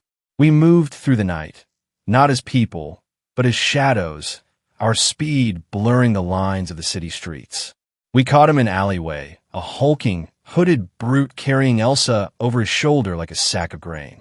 He stopped, confident, his teeth bared in a yellow-toothed grin as he prepared to turn me into another corpse to add to his tally. The fight was a masterclass in brutality. He was strong, gifted with a gait of breath, but he fought with the clumsy, over-muscled arrogance of a brawler. I moved through his strikes with the muscle memory of an ancient predator. I didn't just dodge, I calculated. When he threw Elsa aside to free his hands, Charm was already there, a blur of motion, cradling the unconscious woman with a look of chilling, efficient grace. He was a man named Gerlanda, a lapdog from Midian, sent to burn my legacy and collect a prize. When he sneered about what they intended to do with Elsa, the air in the alley seemed to drop in temperature. I didn't just want to win, I wanted to delete him. The end was surgical. He lunged, an overconfident amateur, and I simply met him with the force of 200 years of battlefield experience. My hand found his chest, and his roar of triumph died in a wet, choking gurgle. When he fell, I used the rule of ruin, the contracting cone. In seconds, he wasn't a man anymore. He was a dark, purple sphere of crushed density, which I kicked into the sewer like refuse. I returned to the ruins of my tavern to find a ward captain named Cainlin, a man with a mustache as stiff as his morals. He was busy blaming the victim, mocking poor Oak Digger, who had died for nothing more than being in the wrong place, and practically kissing the boots of Lord Greengrass, the man truly responsible for the chaos. Cainlin tried to threaten me, tried to intimidate me, but he was barking at a wolf in sheep's clothing. He didn't realize he wasn't talking to a broken shopkeeper, but to something far more dangerous, As the medics hauled the remains of the old soldier away, I retreated to the only place that mattered. The tavern was a wreck, yes. The bar was charcoal, the dining hall was ash. But beneath the destruction, in the cool, subterranean dark of the basement, my brewing equipment stood untouched. The heart of the Tipsy Pelican was still beating. I looked at the pristine, shining kettles, the silence of the basement wrapping around me. The fire had taken my walls, but it had left my weapons. Midian thought he had destroyed a tavern. He had no idea he had just declared war on a storm. And now, the hunt was truly on. The walk to the inn was a jagged stretch of silence. My internal clock was ticking, but the rhythm was off. I had just erased a man from existence, a brutal, necessary deletion. And yet, as I followed the sway of Charm's pigtails, I felt the sharp, biting sting of a very different kind of failure. We were broke.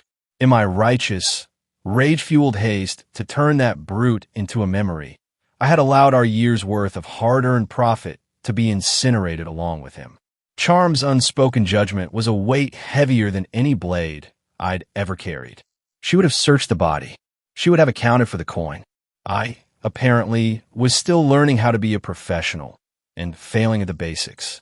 The inn was a cramped, unassuming slice of reality squeezed between a coffee shop and a general store. Inside, the air was thick with the scent of unwashed linens and unspoken tension. Kasha was there, guarding the exhausted, sleeping form of Elsa. The room, tight and suffocatingly small, held a single, oversized bed.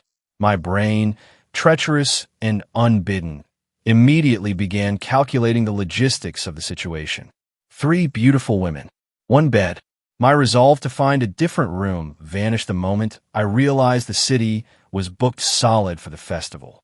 I was officially the odd man out, a tavern owner with no tavern, no money, and a very uncomfortable sleeping arrangement on a flimsy rollaway cot. When Elsa finally stirred, her presence filled the room like a sudden drop in pressure. She was sharp, even through her exhaustion, and the innkeeper's suspicious glare was replaced by her own dry, biting wit. But the dark humor didn't mask the reality. They were all haunted by the ghost of Oakdigger, the old soldier who had died for being a nuisance to the wrong people. I offered them a fragment of philosophy, a cold, hard truth about the nature of evil, and felt the shift in the room. They didn't see a tavern keeper in that moment. They saw a glimpse of the man I was trying to bury. I couldn't sleep. The room felt like a cage, so I slipped out into the warm, mocking embrace of the night. I didn't get 7 steps before I realized I was being watched. Charm was on the roof, a silhouette against the moon, looking down at me with the detached, terrifying authority of a judge. She didn't ask what I was doing. She asked who I was. The conversation that followed was a dissection of my soul. Charm, usually the silent executioner, was now the mirror I didn't want to look into. She demanded to know the truth of my path. Was I a man trying to brew better ale, or was I the Stormblood, the catastrophe that left nations weeping in my wake? I tried to deflect with sarcasm, with the excuse that I was just a man protecting his business, but her eyes saw right through the performance. Power is a leak, she reminded me. You cannot live as a ghost if you're constantly swinging the sword. Every time I stepped out of the shadows to enforce my own brand of justice, I was carving a path back to the ruin I had sworn to escape. She looked at me then with a strange, fleeting sadness I hadn't expected from her. It was a moment of terrifying human honesty, the kind that makes the armor crack. She was getting used to this life, she admitted, but she knew the inevitable truth. The middle ground is a knife's edge, and sooner or later, the blade will cut. I walked away into the festival lights, the sound of the crowd rising like a distant tide. The tavern would be rebuilt. The coin would be earned. But as I stared at the dark, crowded streets of South Bank, I realized the real wreckage wasn't the charcoal beams of the Pelican. It was the illusion that I could be 2 people at once. The city was sleeping, but in the shadows, something was watching, and I had the sinking feeling that the next test wouldn't be a test of strength. It would be a test of survival. And in the dark, I couldn't tell if the predator was hunting me or if I was finally hunting them. The Summerfest was a neon-drenched fever dream of clinking mugs and sweat-drenched revelry. Laughter echoed off the stone walls of Lumitra Ward, a sound that felt like a mockery given the charred, hollow shell of the life I had built. I walked through the crowd, not as a participant, but as a ghost in the machine. My movements were fluid, a practiced, lethal rhythm, the water step, that allowed me to slip through the crushing press of bodies like oil on a blade. I had 2 silver shimmers in my pocket. That was it. My entire legacy, my future, and my survival condensed into 2 small coins. It was a humiliatingly human limitation, one I hadn't had to account for in 200 years. But necessity is a sharp teacher, and tonight, I was learning that justice is an expensive commodity. In the night market, amidst the clamor of children and the smell of cheap sweets, I found my face. It wasn't the cheery, festive visage of a rabbit or a fox. It was a dark, carved nightmare, the greenfin. To the uninitiated, it was just a strange, ugly fish. To those who knew the old, dark stories of the seas, it was a symbol of the abyss. As the shopkeeper spoke, a memory surfaced cold and wet. A ship on the Paradise Isles, a captain with a face etched by salt and silence. He had told me of a night the sea turned against them, of a massive, serpentine horror that birthed a whirlpool of black teeth and green, glowing light. He had been a young man then, a fisherman who dared to defy the impossible, driving a harpoon through the eye of a legend. I remembered the weight of that story, and the way the greenfin's gaze had haunted the captain's dreams for decades. I bought the mask. I bought a dark green cloak that shimmered with a deceptive, royal sheen, purchased with the last of my coppers. I looked like a vagabond playing at being a god, but the disguise served its purpose. It was a shroud. By the time I reached Amberstale, the night had grown teeth. This was the district of stone towers and bloodlines, where the Greengrass estate sat like a pristine, milk-white monument to local corruption. It was quiet here, a sterile silence that stood in stark contrast to the chaotic joy of the festival. I stopped in the shadows of an alley, the air turning thin and heavy. My heart wasn't racing, it was still. I raised the greenfin and pressed it to my face. The wooden slits bit into my skin, and the world narrowed into a single, monochromatic vision. The mask wasn't just a costume. It was a warning. I checked the straps of my cloak, feeling the weight of the night settle over my shoulders. Midian Greengrass wanted to play a game of arson and kidnapping, thinking he was moving pieces on a board. He had no idea that I wasn't just a player. I was the storm that had finally decided to break. The mansion loomed ahead, a fortress for a spoiled child and his father's reputation. I took a breath, feeling the phantom pull of my gates, and stepped out of the darkness. The hunt was no longer in the shadows. It was at the front door. The walls of the Greengrass estate were high, but they were nothing against the quiet, predatory focus of the greenfin. I scaled the mansion like a shadow detached from the world, dropping onto the pristine, manicured lawn with the silence of a held breath. The house was a monument to wealth and entitlement, a structure of milk-white stone that felt like a coffin waiting for its occupants. 5 guards patrolled the grounds, a predictable, rhythmic rotation of men who had no idea how close they were to being erased. I didn't kill them. I simply gave them a temporary, forced nap, a precise strike to the neck that turned their watch into a dreamless void. Precision is a virtue, and tonight, I was a saint of efficiency. Midian Greengrass arrived hours later, drunk on festival air and his own arrogance, flanked by his pathetic entourage. Listening to his slurred, disgusting boasts about his business bureau victims made my blood turn to ice. He was a small man in every sense of the word, a parasite wearing the skin of a lordling. I didn't wait for him to finish his nightcap. I was already inside, waiting in the shadows of his bedroom like an inevitability. When he finally noticed me, the scream that ripped from his throat was satisfyingly high-pitched. I didn't give him a chance to wake the servants. I pinned him to the wall, the greenfin mask inches from his face, my voice a hollow, chilling command that stole the air from his lungs. He thought he was being mugged. He thought I was a bandit looking for coin. He had no idea he was dealing with the consequence of his own incompetence. The interrogation was a grotesque dance. He was a spineless creature, whimpering and pleading, shifting the blame the moment the threat of real, physical ruin became a reality. He hadn't meant to kill Oak Digger. He had just wanted to burn a tavern to settle a petty, imagined slight against his fragile honor. That was the most insulting part. A life like Oak Digger's, traded for the ego of a boy who couldn't handle being swindled. I played the role of the terrifying, clandestine enforcer perfectly. I leaned into the fiction that I was merely a soldier for a much larger, much deadlier shadow, a force so vast that a man like Midian couldn't even fathom its reach. I broke his composure, I broke his spirit, and I made him promise a funeral fit for a king, a pension for a family he hadn't known existed, and a public, performative recognition of a heroism he would never understand. I even unearthed the father, the superintendent, trapped in a cabinet like a forgotten relic. The man's eyes were filled with the cold, dawning horror of a father who realized he had raised a monster who had finally attracted the attention of a god. When I finished, I left them trembling in their own fear, terrified of a phantom I had invented on the spot. I exited through the balcony, striking a pose of dramatic, cinematic flair that was completely ruined the moment I hit the ground. I missed the landing, my heel jarring against the earth with a crunch that echoed louder than a gunshot. I limped into the darkness, biting back a string of curses, the green fin mask still on, cloak flapping behind me like a wounded bird.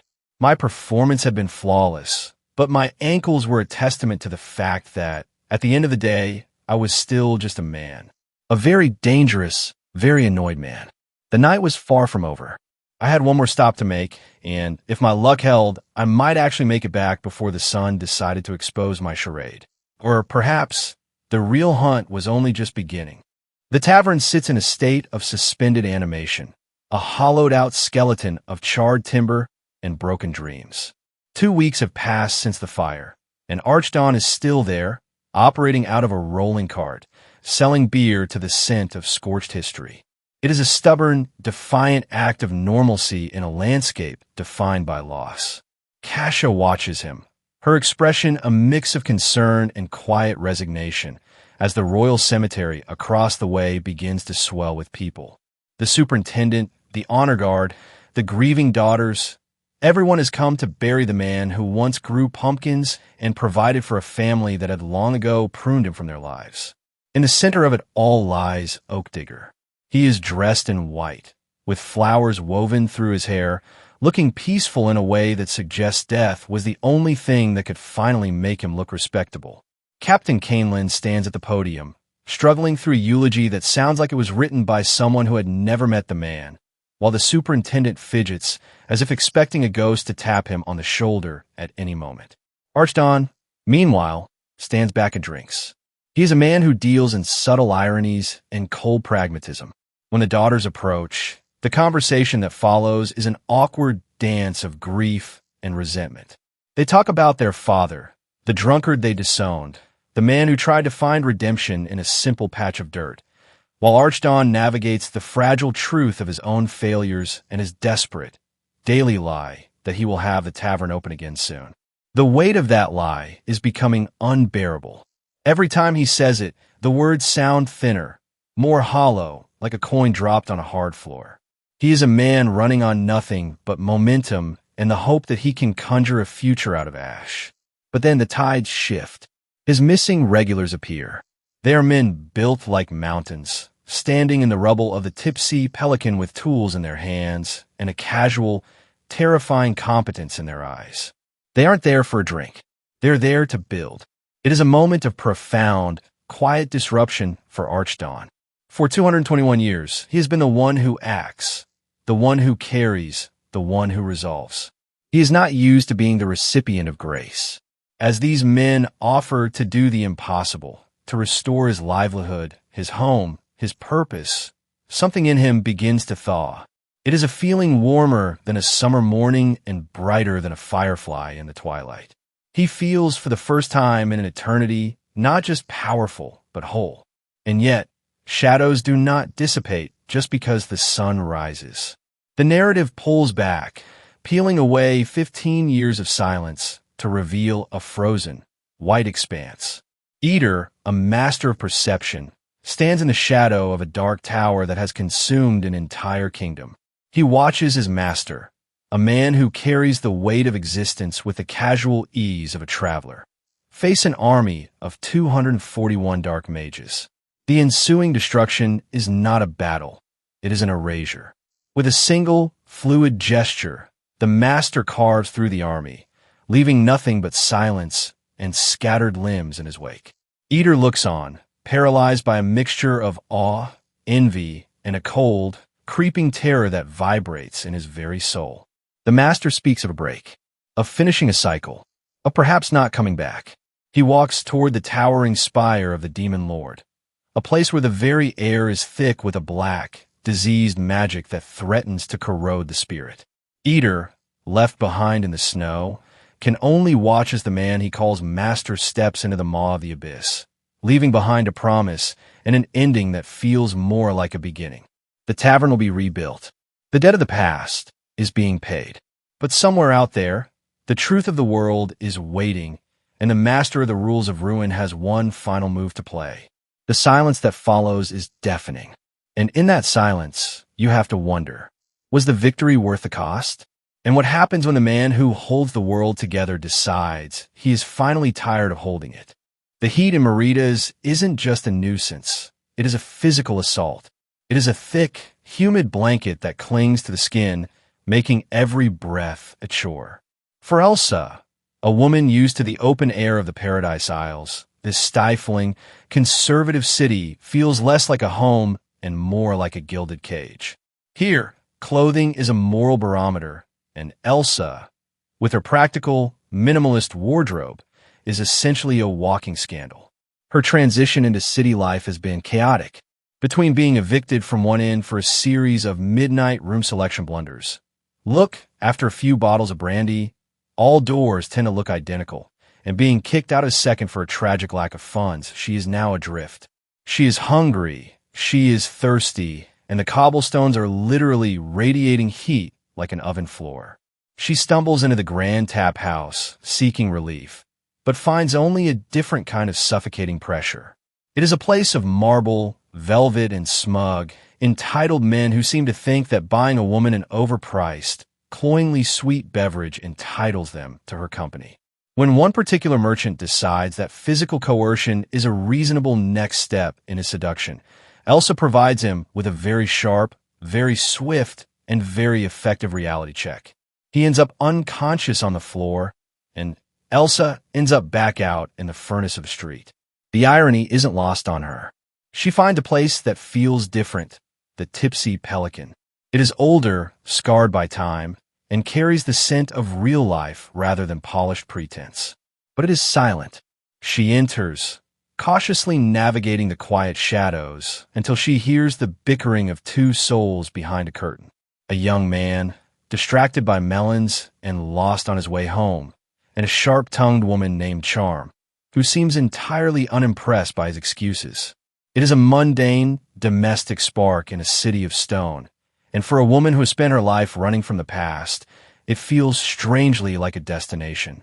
The morning air in Meridias is thick, heavy with the metallic tang of fresh blood and the desperate, frantic rhythm of a life slipping through fingers. Lies is running, but the alleyways of Keeper's Garden have become a labyrinth of gray wood and claustrophobic silence. Every step is an agony, a stuttering beat of a heart that knows it is being hunted. The gauntlet on her hand, usually a badge of pride, is now just a heavy, crimson-slicked reminder of her failure. She was meant to be the best, the prodigy of the Guardians Academy, the one who could dance through a duel without ever being touched. But reality isn't a practice ring. In the brutal, unforgiving streets of the South Bank ward, training is a flimsy shield against the cold, calculated machinery of human trafficking. Her friends, Philo and Frenna, people who loved, laughed, and served with honest hearts, are gone, carved out of existence in a flurry of violence that lasted mere seconds. The weight of her rank, once a mantle of authority, is now a target on her back. She is the last of the guard in a ward gutted by a negligent, indifferent administration. She is the only witness to a trade in human souls, and the men pursuing her aren't just criminals. They're ghosts waiting for an opportunity to erase her from history. Hilder, their lead hunter, is a creature of pure, feral momentum. He doesn't fight like a man. He fights like a natural disaster. Every clash of steel is a deafening reminder of Liza's dwindling options. Her armor is shattered. Her blade is a jagged ruin of broken metal, and the leg that should carry her to safety is pinned by a splinter of wood that refuses to let her rise. She is cornered. The world is narrowing down to the sharp edge of Hilder's dagger and the manic, wide-eyed hunger of a man who sees her not as a guard, but as prey. The shadows of the 7 pursuers close in, a circle of inevitable doom. She is broken. She is exhausted, and the promise she made to her parents and her city feels like a mocking whisper in the dark. And then the impossible happens. The tension of the slaughter is punctured by the most incongruous, bizarre sound imaginable. A melody, jolly, light-hearted, and hopelessly out of place. It wafts around the corner of the alley, cutting through the stench of blood like a fresh breeze. The 7 men freeze. Hilder's grin, a twisted mask of malice, falters in confusion. The figure who steps into the alley is not a savior in shining armor or a battalion of reinforcements. He is barely 19, his hair a chaotic mess, his eyes bright and curiously unbothered. He looks like someone who has wandered away from a farmer's market, carrying nothing more lethal than a few heavy bags of pumpkins. He hums a jaunty little tune about bunnies, entirely oblivious to the tableau of death and desperation laid out before him. The silence that follows is thick with psychological whiplash. In the heart of a nightmare, the most dangerous thing in the alley has just arrived, and he is holding groceries.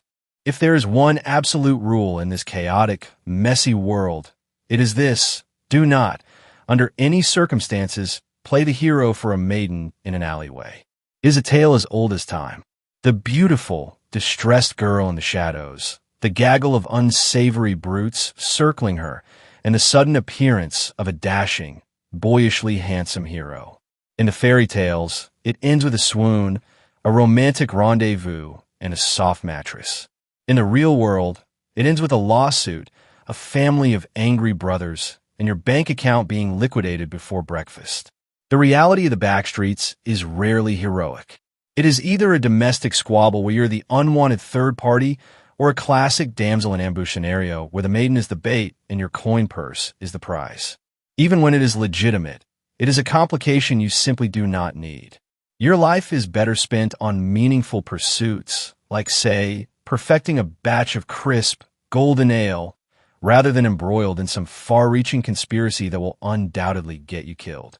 At least, that was my philosophy on a night when the Tipsy Pelican was rocking. The tavern was a symphony of success. The builders were laughing, their mugs overflowing with the house specialty. Herwin, one of my most loyal patrons, was holding court with a group of young aristocrats, singing the praises of the best ale in the city. Since winning the summer brew competition, the tavern had moved from a scorched ruin to the heartbeat of the local social scene. I spent the evening weaving through the press of bodies, a blur of service and smiles. Elsa, ever the storyteller, was standing on an oak table, regaling a captivated audience with an exaggerated, vibrant tale of her own defiance against the local nobility. Everything felt balanced, productive, and wonderfully, predictably busy. But the undercurrents of the city are never truly still. While refilling mugs for a table of roofers, I caught a whisper that changed the temperature of the room. The talk was of Lord Ashbane, the new power in Yumantown. In a city where crime is managed with cold, professional efficiency, Ashbane was a rising tide. He was rumored to be a gator, a master of the physical gates of ascension, with enough power to rewrite the hierarchy of the underworld. If the rumors held any weight, he was the kind of apex predator who could turn the city into his own private empire, leaving men like the commander of the city watch scrambling to keep up. I brushed off the ominous talk with a joke, but the uneasy energy lingered. Then came Anna. She arrived with a breeze of chaotic energy, orchestrating a spontaneous hoedown that turned the barroom into a swirl of laughter. She was the bearer of a message from the family pumpkin patch, a task that required my presence at the farmer's market at the godforsaken hour of sunrise.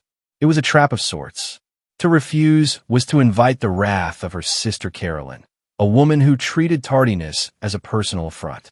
To accept was to forfeit sleep and sacrifice the recovery time I desperately needed. As I stood there, caught between my responsibilities as an owl-like tavern keeper and the crushing social pressure of the morning, my regulars decided to turn their attention to my love life. They teased me about my age, my blushing face, and my apparent lack of romantic experience. They didn't know, of course, what lied beneath the surface. They didn't know about the 200 years of scars, the weight of the name I carried, or the ghost that followed me. They saw a 19-year-old boy in an apron. I saw a man who had seen empires burn and civilizations fall.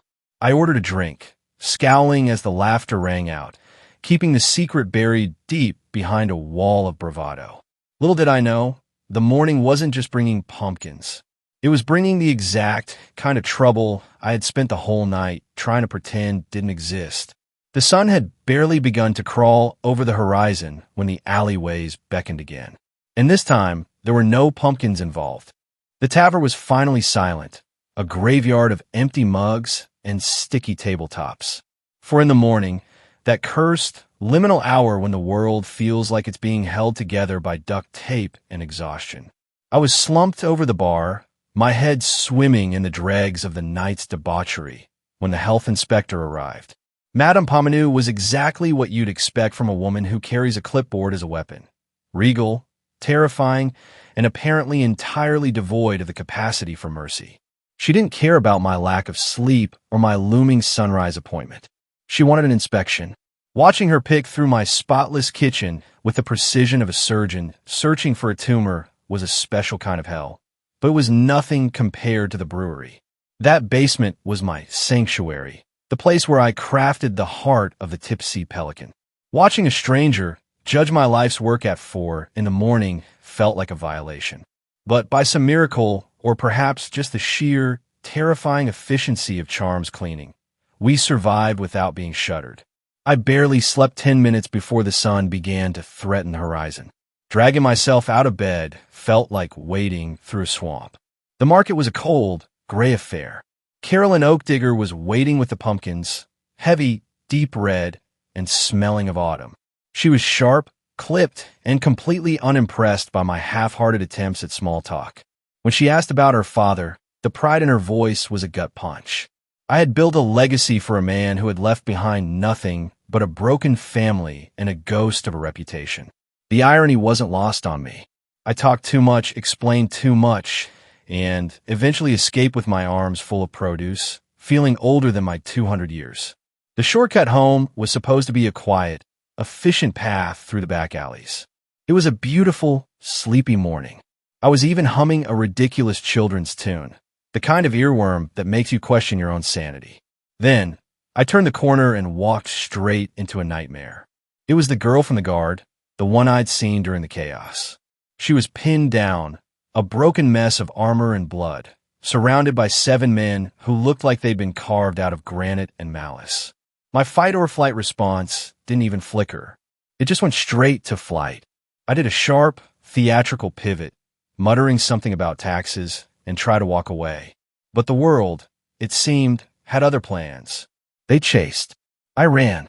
I made a perfect, idiotic circle, ending up right back where I started, staring down the red-haired monster who had been holding her. He held a jagged dagger, his eyes darting over me with a predatory intensity. Then his face did something strange. He looked at me, really looked at me, and his confidence simply evaporated. He started shaking. He called me a dragon.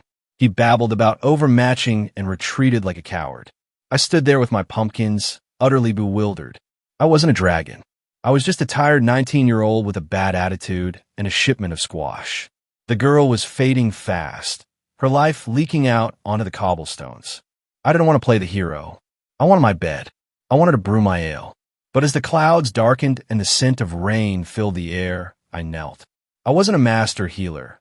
My magic was as stunted as my patience, but I could bind a wound if I focused. The green light of the spell flickered, the air humming with the desperate, quiet effort of man trying to save someone he didn't even want to know. When her artery finally sealed, I collapsed, half drained. I gathered the girl into my arms, the weight of the pumpkins pressing into my shoulders, and began the long, agonizing trek back to the tavern. I had broken every rule in my own book. I had saved a maiden in an alleyway, and as I walked through the waking city, the rain finally began to fall, washing away the evidence of the fight and leaving me with a heavy burden that was rapidly turning into my next great complication. The tavern, usually a fortress of warmth and liquid courage, had become an infirmary. I sat by the fire, nursing a miserable cold and wrapped in a blanket, while the air outside carried the fading, rhythmic thrum of a retreating thunderstorm. The atmosphere was stiflingly domestic, thanks in large part to the presence of Denny, a 4-year-old bundle of energy who seemed determined to haunt my every waking moment with a repetitive, infectious little tune about bunnies.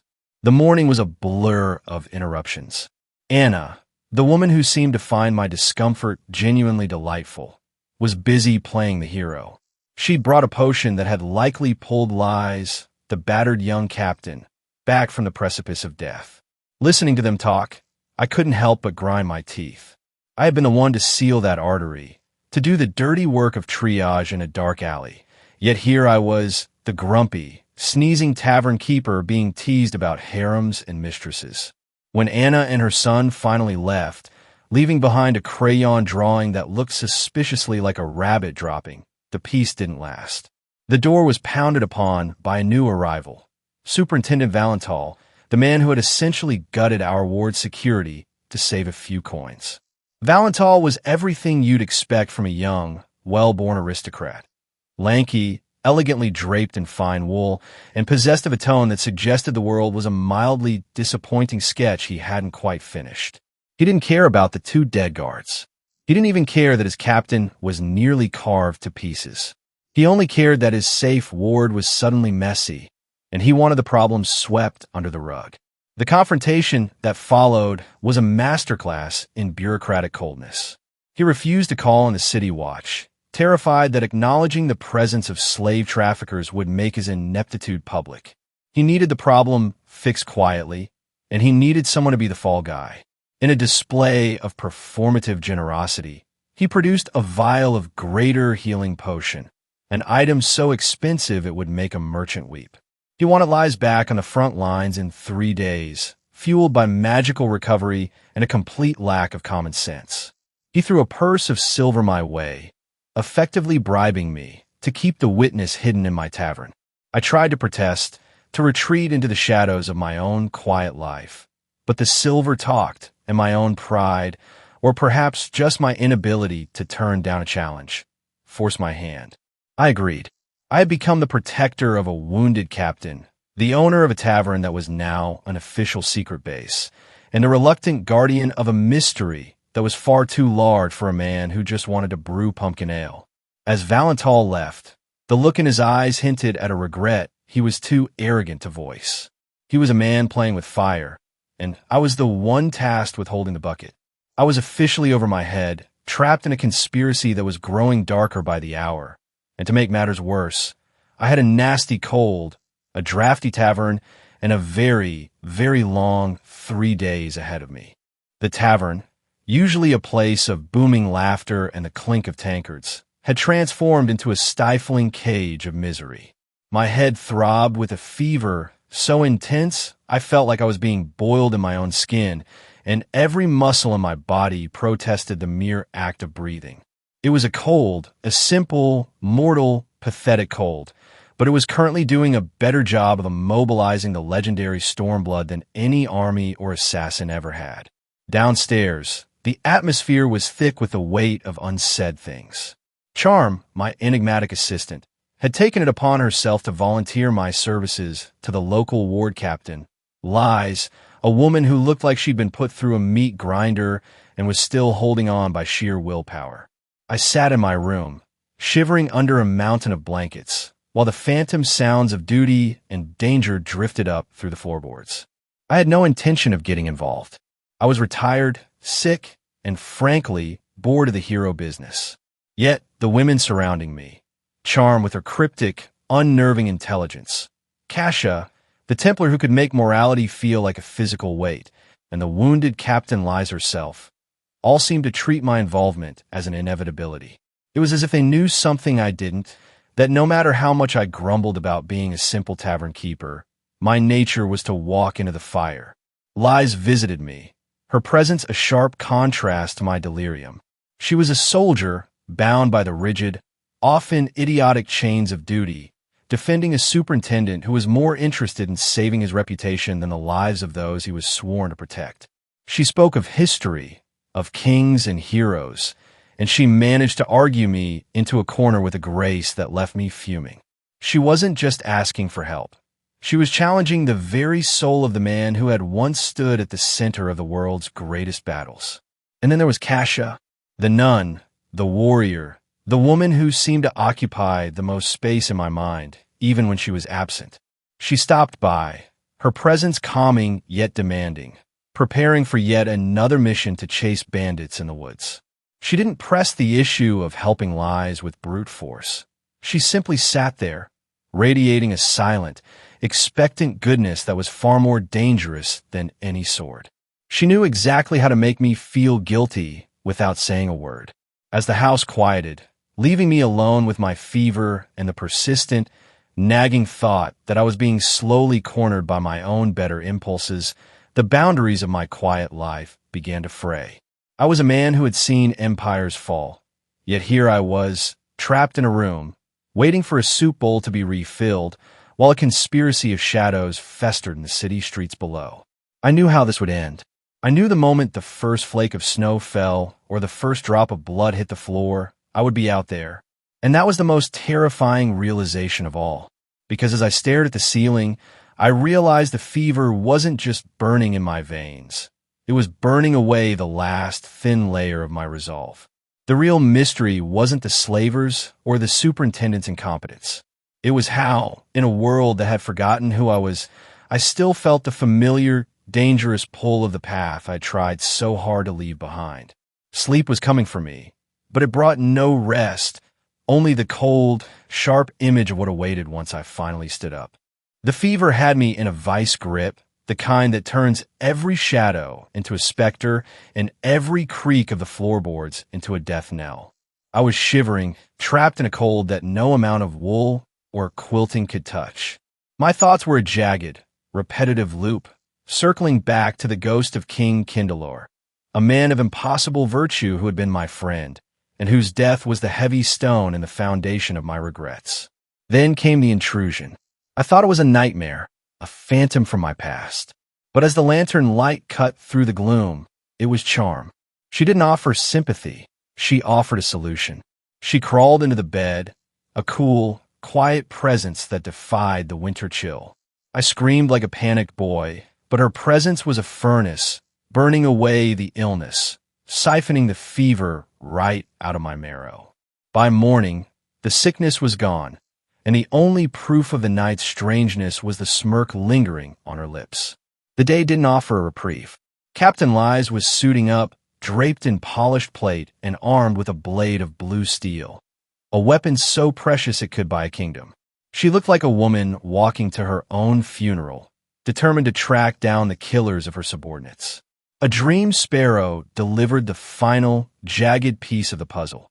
The slavers were hiding in the southern warehouses, and the superintendent, with all the arrogance of the nobility, was sending his small, exhausted squad into the maw. Then, the monster arrived. He wasn't a salesman, though he tried to paint himself as one. He was a creature of refined, calculated cruelty, dressed in fine black wool and flashing a smile that seemed to stretch his very skin. He carried a velvet pouch, and from it, he spilled a collection of human teeth, freshly plucked, blood-stained, and macabre. He called it protection, a tax on my very survival. I saw the truth then. This wasn't just extortion. It was the same dark hunger that had swallowed the orphans from the church. The threads were tightening. The new crime boss, this Lord Ashbane, was casting a net over the entire city, and my tavern was simply the next square on his board. When the dust settled and the tooth-collecting nightmare had retreated under the watchful, lethal gaze of my regular, Amberly, the reality hit me. Charm had been pushing me toward this collision from the start. She had cured me, she had goaded me, and she had expertly woven the web of reverse psychology that I had fallen into like a naive child. She wanted me to play the hero. She wanted me to confront Ashbane. The weight of the old life, the one I had buried in blood and history, was pressing down on my chest. If I engaged, if I stepped into the light of the hero once more, the quiet, golden days of brewing ale and scrubbing tables would end. My secret would be stripped away. But as I looked at the teeth on the table, I knew the choice had already been made. I left the tavern, leaving the safety of my four walls behind. I didn't open the gates, not yet, but as I stepped into the cold, sharp air of Marita's, I felt the old iron in my spine harden. The hunt for Ashbane had begun, and for the first time in 2 centuries, the Stormblood was walking back into the fire. The morning air in the city felt heavy, charged with the invisible electricity of an approaching storm. I had barely stepped out of the tavern when Charm pursued me, a blur of blue, brandishing a vegetable knife with the single-minded focus of an assassin. I didn't stick around to find out if it was a threat or just an intense suggestion to finish my breakfast. I bolted, my heart hammering against my ribs, only to collide head-on with a man who felt less like flesh and bone and more like a boulder wrapped in linen. He was old, his beard a knotted, silvery thicket, but his eyes were sharp, holding a predatory stillness that set my instincts screaming. We were 2 apex predators locking gazes in the middle of a crowded street. Neither of us moved, yet the air between us felt like a taut wire. He was looking for the superintendent's estate, and I pointed him toward the marble-clad vanity of Ambersdale with the practiced ease of a local. As he walked away, I felt his gaze linger on my back, a weight that didn't lift until he was long gone. The interaction left a cold, metallic tang in my mouth. Something was coming, and it was far bigger than slave traders and petty crime lords. I pushed those thoughts aside, focusing on the hunt. The Black Moon Inn was a hollow shell, dusty and abandoned, a place that breeds silence instead of business. The ancient proprietor behind the counter, hidden behind a mountain of bushy eyebrows, was either genuinely oblivious or a master of the mask. There were no black-clad men here, no pouch of teeth, no smell of stale blood. That left only one place in South Bank that could house such a dark operation, the Grand Tap House. If my tavern was the warm, messy heart of the neighborhood, the Grand Tap House was its cold, aristocratic mask. Marble walls, polished wood, and prices that could make a merchant weep. But as I stepped inside, the facade was crumbling. The pristine luxury I remembered had been replaced by a subtle, creeping decay. Dents in the walls, scuffs on the floor, and a desperate, forced sense of normalcy. The barman didn't welcome me. He sneered, his eyes tracing the grime on my clothes with unconcealed disdain. I took a seat, listening to the hushed, anxious tones of businessmen in the corner, and then I focused. I didn't need my lost powers to see the rot. I simply cast a subtle spell, a ripple of sight that peeled back the veil of reality. There, beneath the floorboards, pulsed a bruised, purple cube of enchantment, a heavy, sloppy shroud of magic designed to swallow sound and hide the screams of the basement. Geraldo, the proprietor, emerged with a scowl that looked like it had been carved with a rusted blade. His teeth were missing, his demeanor fractured by a raw, naked terror he was failing to hide behind a veil of bravado. He looked like a man being eaten alive from the inside out. I left him there, sipping a glass of vile, overpriced ale, but I didn't feel the triumph of a discovery. I felt the creeping, icy dread of a man who realized that for every monster like Ashbane, there were a dozen small, greedy men like Geraldo waiting to be broken. I turned away from the tap house, my mind already running the calculations of battle. The basement was a tomb, the tap house was a front, and somewhere in the dark, the people I was meant to save were waiting for a hero who was still trying to convince himself he was just a tavern keeper. The game had moved from the shadows to the floorboards. I was no longer just protecting my business. I was staring into the gullet of a beast. And the worst part? Geraldo, in his pathetic, broken state, was just the bait. The air in the guard captain's office was thick, heavy enough to chew, and smelled faintly of floor polish and bureaucratic misery. Liz stood there, her full-plate armor trapping the day's heat like a furnace, her damp hair clinging to her temples as she stared at the man before her. The tension wasn't just physical. It was the sharp, jagged edge of a conversation that had veered off the road and into a ditch. The issue was simple, or so the law insisted. A criminal syndicate had turned a local tavern into a staging ground for human trafficking, but because the law demanded physical proof rather than common sense, the guards were effectively neutered. They couldn't storm the place. They couldn't even look at it sideways without a warrant signed by people who probably enjoyed long, expensive lunches with the very criminals they were supposed to be policing.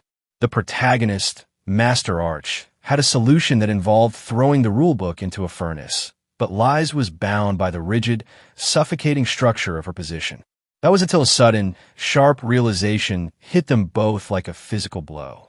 The health code, the most boring, soul-crushing set of regulations in existence, was suddenly their only weapon. Outside the Grand Tap House, the scene played out like a dark, bureaucratic comedy. Madame Pomenou, a woman whose patience seemed divinely manufactured, stood before the heavy cedar door, her jeweled hand knocking with the relentless precision of a ticking clock. Inside, the tavern owner, Geraldo, was rapidly losing his grip on reality. He was a man caught in the vice of his own secrets. He babbled, he lied, and he tried to invoke the sanctity of his business hours, only to be dismantled by the cold, unyielding logic of the health inspector. When Liz and her men finally stepped onto the threshold, the pretense shattered. Geraldo's rage collapsed into a puddle of absolute, shivering terror. The basement. He finally cracked. There were slaves down there, and he was clearly a man who knew he had just signed his own death warrant by speaking the truth. The descent into the tavern's belly was an exercise in pure, unadulterated chaos. As the cellar stairs groaned underfoot, the atmosphere turned electric with the crackle of a poorly constructed, desperate spell. Below, the massive brewery was a scene of frantic, lethal violence. Liz and her soldiers were locked in a desperate skirmish against syndicate bruisers who moved with the cold efficiency of predators. Arch watched from the shadows of the staircase, his mind cataloging the threat levels. A mage stood in the rear, hands pressed together, weaving a spell that threatened to turn the entire structure into a tomb. Liz was holding her own against a veteran fighter, but she was a hair's breadth away from being overwhelmed. With a calculated, silent precision, Arch improvised. He shattered a piece of the wall, turning cold, unyielding marble into a weapon. His first strike was a blur of motion, a streak of white that found its mark in the mage's wrist, forcing a scream that echoed against the stone walls. His second strike disabled a bruiser, giving the inexperienced guards the opening they desperately needed. Liz's blade flashed, cutting through the mage's defense just as the foundation began to shudder under the weight of his final, failed incantation. The threat was neutralized. The silence that followed was heavy with dust and the groans of the wounded. Arch prepared to slip away. His work was done, and his presence was a complication he didn't need. But as he turned to vanish into the dark, a subtle movement at the edge of his vision froze his blood. In the corner of the cellar, the lid of a barrel shifted with agonizing slowness. A figure emerged, not a guard, but a shadow with a lethal intent. A crossbow was leveled, a single point of cold metal catching the low light. It was aimed directly at the back of Captain Liz, who was busy tending to her men, unaware that the Reaper had just entered the room. Arch searched for a weapon, a rock, anything to bridge the distance. But he was standing on wood, and the distance was too great. The world seemed to slow to a crawl, the sound of the crossbow's mechanism clicking into place, cutting through the air like a razor. There was no time for a plan. There was no time to deflect. There was simply no time at all. History, in its infinite, blood-soaked wisdom, teaches us one fundamental truth. We are all living in a food chain. We spend our days as predators, consuming the world, only to realize at the most inconvenient moments that we are, in fact, the prey.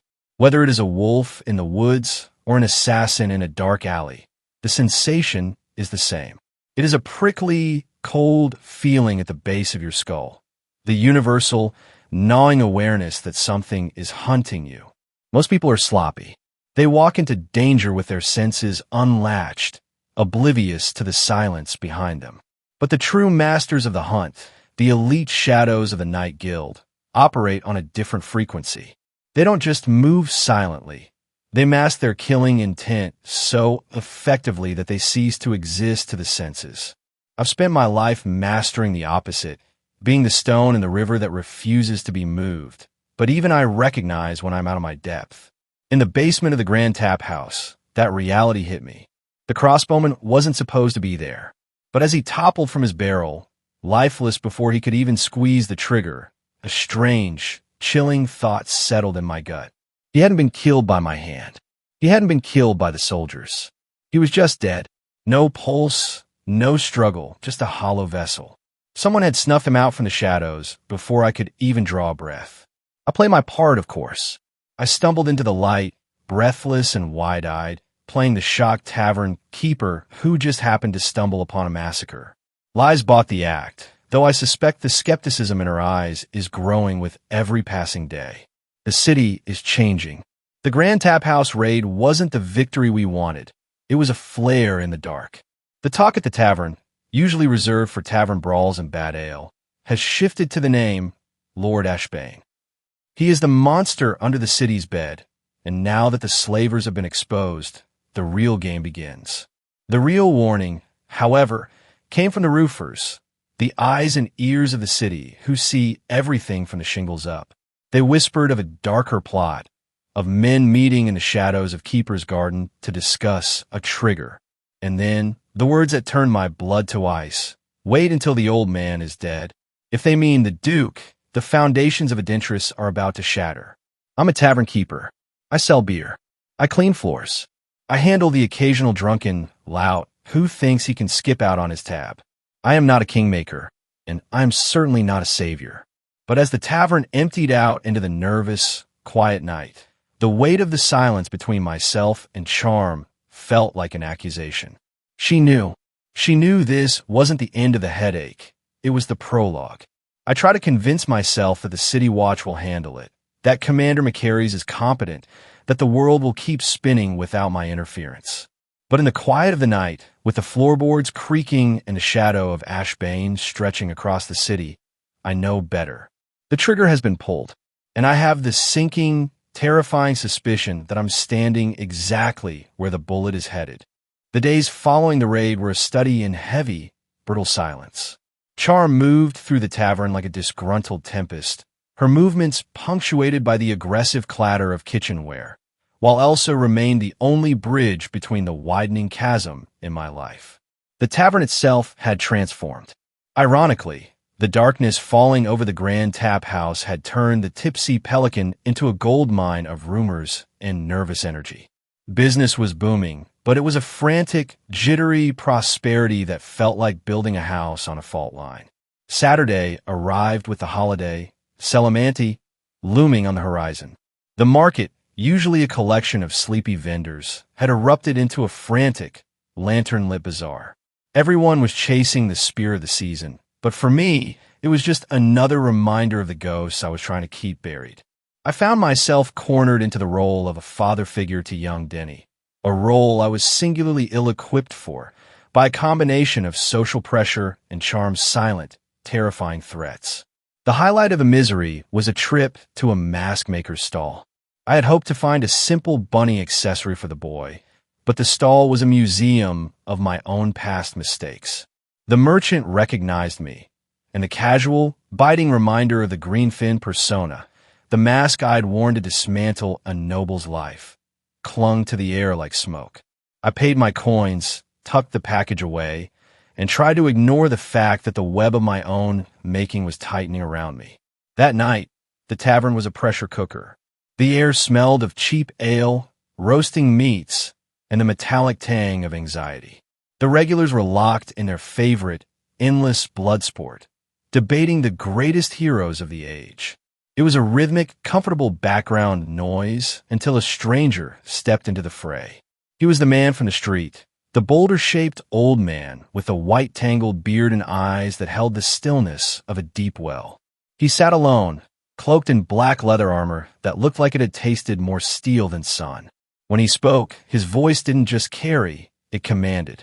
He looked at the room, full of dreamers debating long-dead legends, and delivered a sentence that felt like a guillotine blade. He claimed the Stormblood was dead. He said the demon lord had claimed that life in a duel a decade ago. The tavern went silent. It was a vacuum, a sudden cessation of life in a room filled with dozens of people. I kept my hand on the tap, my heart hammering a rhythm that was entirely too fast, watching the man as he prepared to spin a tale that might rewrite history. Or perhaps simply reveal the truth I had spent 2 centuries trying to run from. He took a slow, calculated sip of his ale, the candlelight catching the scars on his knuckles. He was a storyteller of dangerous things, and as he began to speak, I realized that for the first time in my new life, the shadows were no longer hiding me. They were pointing right at me. History is a messy, blood-spattered tapestry, and the people of Assyria have a talent for turning their darkest traumas into comfortable myths. In the crowded, humid warmth of the Tipsy Pelican, the regulars were busy arguing over the truth of the legend of Archibald Stormblood and the fall of the demon lord. The stranger, a mountain of a man named Browser, had spun a tale that hit entirely too close to home. He spoke of Azirath, a fallen god, not a monster, and a tragic romance that ended in the annihilation of an entire kingdom because a petty, tyrannical king couldn't handle a broken wagon wheel. It was a story of a man named Shar, a man who just wanted to farm his land and love his wife, forced to tear the world apart because the world had taken everything from him. But myths are like ale. The more they are passed around, the more they get watered down. Dalian, the old builder, countered with the official story, a sanitized, heroic fable of a greedy demon summoner in a glorious one-on-one battle. The tavern, eager for the comforting lie, drank it up. Most of them didn't even notice that I was the one who had spent months carefully planting that lie in every pub from here to the coast. When the dust settled, I approached Browser. He was calm, articulate, and carried the weight of someone who had seen the end of the world. But the moment I leaned in to chat, the atmosphere shifted. The shift was microscopic but unmistakable. The friendly, tavern-goer veneer cracked, revealing a predator's instinct. His killing intent flooded the space, cold, precise, and utterly lethal. He cast the spell of seeing, his eyes erupting with a pale, piercing glow as he scanned my essence. He was looking for the telltale signs of a hidden master, for the signature of a legend. I did the only thing a simple tavern owner could do. I played the fool. I leaned in, whispered a scandalous lie about my Templar barmaid's supposed alcoholism, and kept my posture loose and my pulse steady. I acted like a boy who had nothing more on his mind than his next inventory check. It worked. His eyes dimmed, the killing intent ebbed, and he left behind a silver shimmer, a payment far too generous for a single mug of ale. He didn't find the Stormblood. He didn't find the 11 gates. He found exactly what I wanted him to find, a nobody. But as I watched him walk out into the night, the silver coin heavy in my pocket, I knew the truth. Browser wasn't just a casual traveler, and he certainly wasn't here for the beer. He was the next piece of the Ashbane puzzle. He knew I was hiding something. And the terrifying part wasn't that he left. It was that he left while knowing exactly where to find me again. The game is no longer played in the shadows of the past. It's being played right here, across my bar top. Sunday at the Tipsy Pelican was meant to be a quiet affair, but in this tavern, silence is a luxury I simply cannot afford. Anna and her son, Denny, had turned our doors into their personal dining room, and the air was thick with the scent of freshly baked pie and the high-pitched, relentless chirping of a child who had clearly missed his nap. The trouble started with a drawing. Denny presented a chaotic scribble of mismatched ears and serrated claws, a monster he dubbed the Bunny Lord. It was a terrifying, jagged little thing that somehow felt less like a drawing and more like a warning. I sat by the fire, nursing the remnants of a cold, listening to the laughter of the women in the kitchen, and wondering if I could escape into the brewery before someone decided I needed more apple juice. Then Liz arrived. The tension in the room spiked instantly, vibrating between Anna's playful, sharp-edged humor and the captain's stiff, armor-clad presence. We ate. The food was undeniably excellent, but every mouthful felt like a performance. As the conversation turned toward the fallout of the raid, I kept my face as blank as a fresh sheet of parchment. Liz was grateful, which was the most dangerous kind of emotion. Gratitude leads to questions, and questions are the enemy of a quiet life. After the guests finally departed, the atmosphere curdled. Liz wanted a word, and her tone was the kind of formal, icy politeness that usually precedes a disaster. We retreated to the bar. She didn't want ale. She wanted answers. She began cataloging the impossible. The marble shards on the mage's wrist, the precision strikes against the swordsman, and the inexplicable, instantaneous heart failure of the crossbowman.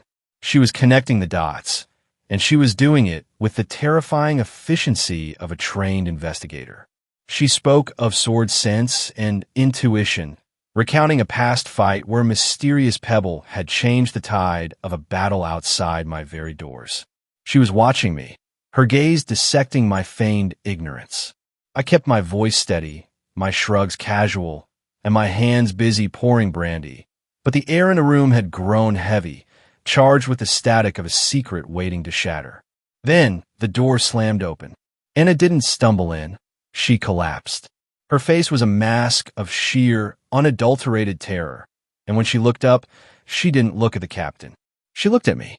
The words that followed tore the floor right out from under my life. Denny was gone. They had taken him.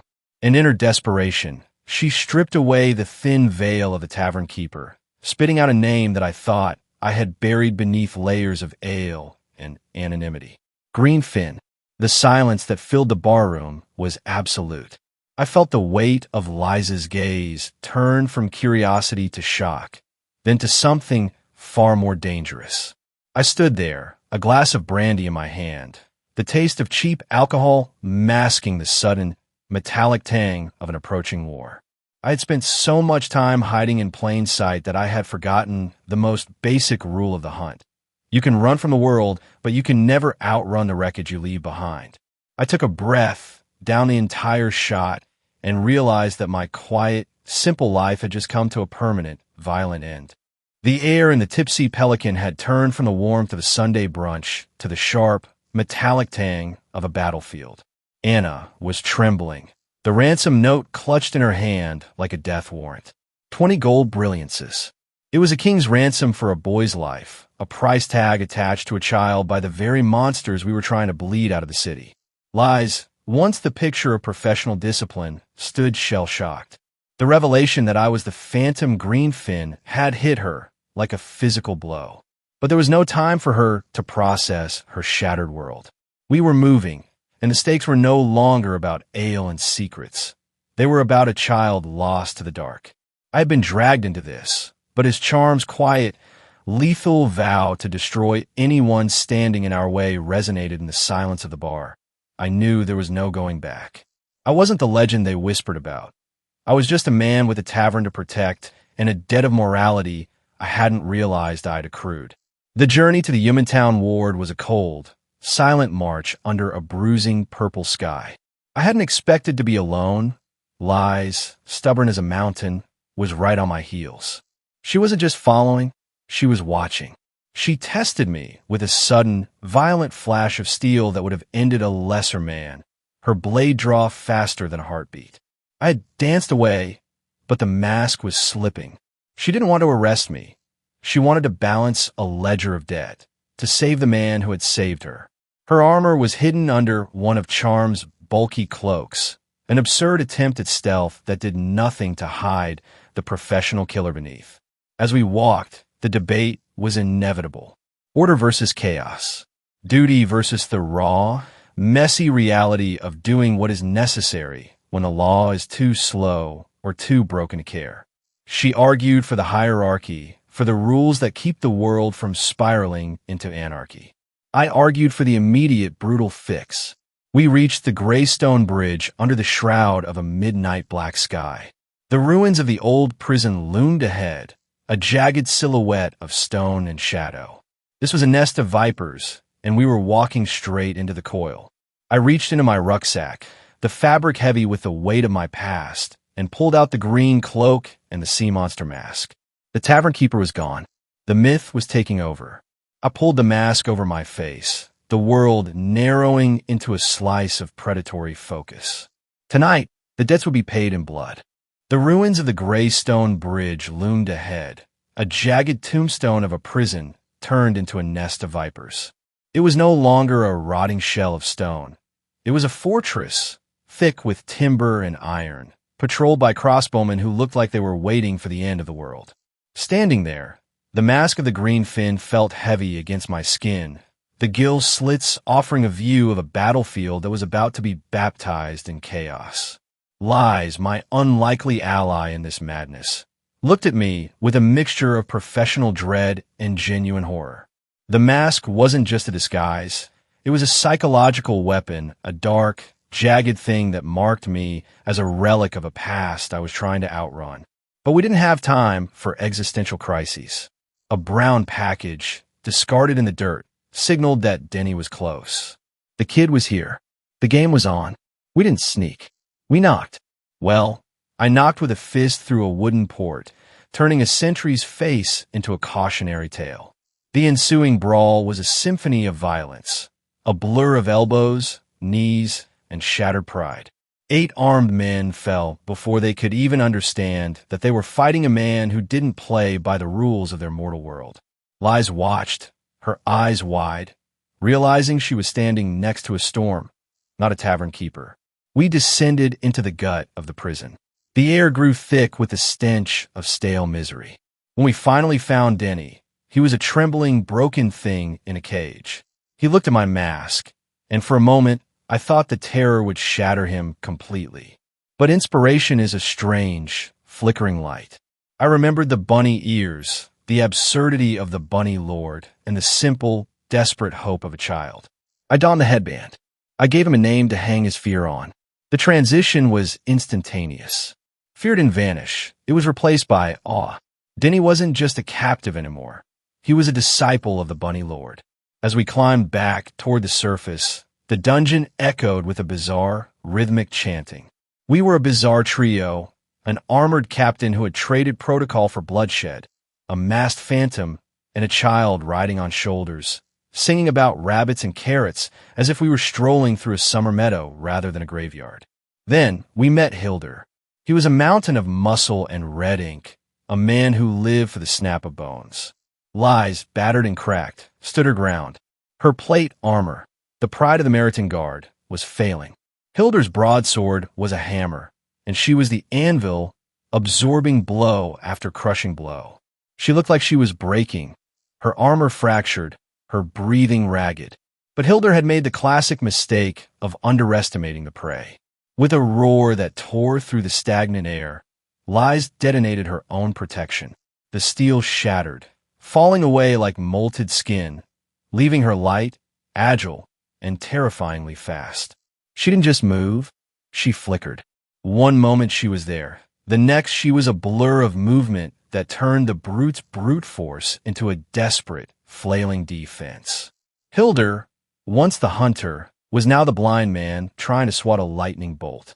Denny stood by my side, eyes wide, pointing a finger at the spectacle. The bunny lord and Captain Bunny had arrived, and for the man with the broadsword, the fairy tale was about to turn into a nightmare. The cliffhanger is simple. As the steel sings and the armor lies in shards, the true nature of the fight is shifting. Liz has broken her own chains to become something lethal. But in the shadows of the prison, the real architect of this misery, Ashbane, remains an unseen, encroaching threat. What happens when the dust settles, and the monster realizes he's been outclassed? The Greystone Bridge was no longer a stage for a rescue.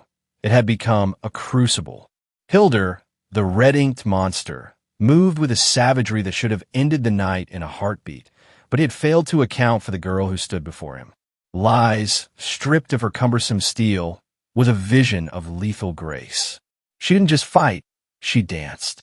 Every parry was an economy of motion, every strike a precise, surgical removal of her opponent's strength. Denny, perched in safety, cheered with the unbridled adoration of a boy watching his favorite legend come to life. It was a masterclass in the sword dance, a state of being that only the truly gifted ever touch. Bit by bit, Hilder's arrogance was dismantled by the cold, biting edges of Liza's blade. When he finally fell, hollowed out by blood loss and broken pride, the silence that followed was heavy with the truth of what we had just uncovered. Hilder hadn't been guarding child. He had been a lure. The realization hit me like a physical blow. The kidnappers didn't care about a tavern patron's son. They cared about me. They needed the green fin occupied, pinned down in a fight, while the real slaughter happened elsewhere. The pieces clicked together with the chilling finality of a lock engaging. Lord McCary's was walking into an execution, and I was the one who had cleared the path for the ambush. We left the brute unconscious on the stone floor, our feet drumming a frantic rhythm against the prison halls. I didn't wait for permission or explanation. I grabbed Denny and sprinted. Elsa was waiting at the bridge, looking like a noblewoman dressed for a dark masquerade, her presence a jarring note of normalcy in our descent into war. There was no time for questions about how she got there or why the tavern staff was suddenly playing at being masters of espionage. I gave my orders in the voice of the green fin, cool, detached, and authoritative, commanding the legendary heroes Kasha and Galston to the shipping yards of the Duke's port. The air in the city was already turning sour with the scent of ozone and impending fire. Lies, shedding her professional detachment for the fire of a warrior, stayed at my side, her eyes fixed on the horizon. We were running toward a trap, fully aware that the jaws were already closing. As we sprinted toward the shipping yards, the shadows of the city seemed to lengthen, reaching out to swallow us. I knew that when we reached Hangar 7, we wouldn't just be facing slavers. We would be facing a reckoning. The masks were off, the pretenses had burned away, and the game of shadows was about to erupt into a blaze of absolute, unavoidable truth. The shipyards were quiet, too quiet, and in that silence, I could hear the faint, rhythmic ticking of a clock that had already run out of time. Running toward the Duke's port, the city felt like a fever dream. The air was thick with the scent of brine and impending doom, a sharp contrast to the quiet life I had fought so hard to cultivate behind the counter of the Tipsy Pelican. Lies matched my stride, her blue steel blade a promise of violence, while the reality of our situation settled into the marrow of my bones. This was no random act of brutality. It was a surgical strike. Ashbane had been peeling back the layers of our city for months, weakening its defenses, isolating its leaders, and luring away our strongest protectors with a simple, clever bait-and-switch. And me?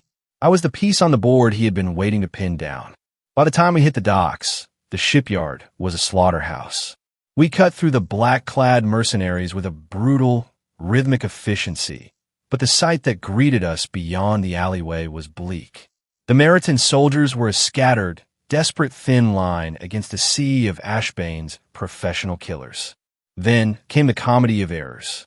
Between the chaotic battlefield and my own absurd appearance, I was labeled the Green Turkey, a nickname that almost made me want to surrender to the slavers out of sheer embarrassment.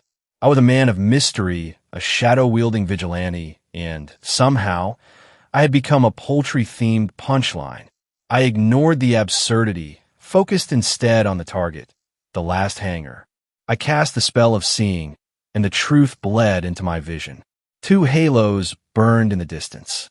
The first was flickering, a dying candle in a gale. The second was a bonfire, a radiant. McCary's was running out of time, and the reinforcements I had hoped for were currently watching the Duke's castle burn in the distance. We were truly alone. Looking at the soldiers, I saw the truth. They were terrified boys tasked with playing the part of men. They were ward guards used to breaking up tavern brawls, now staring down the abyss of foreign invasion. I realized that if they died here, the city died with them. So I did the only thing I could. I stopped being the reluctant tavern keeper and started being the commander I had been in 100 lifetimes before this one. I gave them a speech, not because I wanted the glory, but because they needed a reason to believe they could survive the impossible. I tapped into that old, buried instinct, the one that smells like ozone and scorched earth. They rallied. The fear in their eyes didn't vanish, but it hardened into something far more dangerous. We were 300 paces from the hangar, and between us and Lord McCary's stood an army. I checked my belt, adjusted my mask, and felt the familiar, cold hum of power beginning to coil in my chest. Tonight, the Greenfin wouldn't just be a rumor whispered in dark alleys. Tonight, we would see if this city was worth the blood it was about to cost. I looked at Lies, then at the men who had just pledged their lives to a masked stranger, and stepped into the fire. Leading a squad of terrified city guards into the jaws of a slaughterhouse felt like conducting a symphony where every instrument was out of tune. I had become the general I never wanted to be, barking orders while the air around us grew thick with the metallic tang of blood and the humming, ozone-heavy static of combat magic. We tore through the mercenary lines like a rusted blade through wet silk. My soldiers, once shivering boys, were now fueled by the singular, desperate hope that the masked stranger with the bunny ears knew how to win a war. They weren't fighting for the Duke anymore. They were fighting because they had nowhere else to turn. When we finally smashed through the hangar wall, the scene inside was a nightmare rendered in high contrast. Lord McCary's, the city's greatest defender, was a broken ruin, his missing arm a charred reminder of the cruelty of the radiant mage standing over him. Brawzer was no arrogant braggart. He was a machine of efficient, cold violence, a man who treated slaughter with the same dispassionate focus a craftsman gives to carving wood. Lies and I threw ourselves into the fray, but Brawzer was a different class of predator. He didn't just fight, he dissected the space around him. In a heartbeat, I was airborne, launched 50 paces back by a force that felt like being struck by a charging bull. My body screamed in protest, every bone feeling like it had been filed down to dust. The hangar fell silent, save for the ragged breathing of the dying and the rhythmic hum of Brawzer's halos. I picked up Liza's sword, a toothpick of a weapon compared to the ruinous might of the man in front of me, and felt the weight of my own exhaustion. I had nothing left in the tank. My halos were frayed, my gates were silent, and I was holding a blade I barely knew how to use. Brawzer approached with the calm, terrifying patience of a reaper. He laid out the 3 types of fearless men: the powerful, the foolish, and the suicidal. He was waiting for me to pick one, waiting to see if I was just another pretender about to be silenced. I offered him a 4th option instead. Standing there in the moonlight, battered, bruised, and essentially empty-handed, I felt a strange, detached stillness wash over me. I'd walked through fire in 100 different lives, and honestly, the threat of death had become a repetitive, tiresome refrain. Brawzer paused, his eyes glowing with the forbidden sight of magical perception. He saw my empty reservoirs, my closed gates, and my dwindling vitality. He looked at the wreckage of my army and the dying commander on my back. He didn't know that I wasn't fighting for glory or duty or even the survival of the city. I was fighting because the thought of my tavern being ruined by this arrogant old man was the only thing keeping me upright. The stage was set. The moonlight caught the edge of my borrowed steel. Brawzer stepped forward, a master of 1,000 lethal arts, ready to end the story. I just smiled behind my mask. The trap was sprung, the pieces were in place, and for the first time all night, I was exactly where I wanted to be. The real question wasn't whether I could survive him, but whether he realized that the most dangerous thing in this room wasn't the man with the radiant power, but the man who was bored of fighting. The silence stretched, sharp as a razor, before the first strike. The hangar was a tomb in the making, and I was the ghost trying to convince the living that I was a god. Brawzer, the radiant machine of war, had me cornered. My body was a tapestry of agony, a fractured rib, internal trauma that painted the floorboards with my own vitality, and a spirit so exhausted I couldn't even summon the energy to unlock the gates of my own power. I was lying there, a broken tavern keeper masquerading as a hero, while Brawzer loomed over me, his dragonsteel gauntlet humming with the promise of my end. He wanted a name. He wanted an identity. He wanted to understand why this nobody from a local tavern was still breathing. So, I gave him exactly what he feared. A lie so ancient and absolute, it bypassed his tactical mind and struck straight at the primal, superstitious heart of the mercenaries behind him. I was no longer the green fin. I was a mountain man. I spun a yarn of deep earth slumber and millennial vengeance. I spoke of an ancient race that feasted on stone, whose skin was harder than tempered steel, and who had been waiting for the age of humans to crumble so they could reclaim the world. I used the cadence of a myth maker, weaving the name of his mysterious gauntlet, the Midnight Relic, into a story of dragon fires and forced servitude that only an immortal could know. The effect was instantaneous and delicious. The mercenaries, hardened killers who feared only the edge of a blade, suddenly faced a threat that didn't exist. They started whispering. Doubt became a plague. The bravado that had fueled their slaughter began to evaporate, replaced by the shivering dread of nursery rhymes come to life. Brawzer, the man who calculated every variable, froze. His logic was failing, caught in the snare of a history I had hallucinated 7 minutes ago. Behind the facade, my stomach was turning, not from the injuries, but from the absurdity of it all. I was a fraud standing at the edge of oblivion, trading in whispers and legends to buy a few more breaths of air. My tavern life, the smell of ale, the sound of the fourth tap I had been planning to install, the quiet peace of my small, insignificant existence. All of it felt like a dream I had woken up from in a cold sweat. Lies was still moving, a whirlwind of blue steel and blood. Her grace the only real thing in a room filled with theatrical deception. She was nearing the end of her endurance, a beautiful, lethal dancer whose song was about to stop. I looked up at Brawzer, coughing blood and grinning like a lunatic. I told him he had one choice. Bring me to his master, surrender, and maybe, just maybe, I'd grant them a mercy of being my slaves instead of my fuel. Brawzer's hand trembled. The radiant, the monster, the man who had charred McCary's arm into ash, was hesitating. The silence that filled the hangar was heavy, pregnant with the terrifying possibility that I might actually be telling the truth. But as I held his gaze, feeling the last of my consciousness flicker like a dying candle, a dark, hysterical thought bubbled up through the pain. I had no mountain men. I had no ancient lineage. I had a tavern, a collection of half-broken memories, and a flair for the dramatic that was currently writing a check my body couldn't possibly cash. Brawzer was searching my soul for the truth of an ancient race, and all he was going to find was the man who just wanted to get back to his bar. The game was at its climax. The mercenaries were ready to flee or kill on my word. And I, the master of this grand, impossible charade, had to hold this lie together for just a few seconds longer before the whole thing shattered under the weight of reality. If he blinked, I lived. If he saw through the myth, this story ends right here, on these blood-stained floorboards, as a punchline to a very dark, very long joke.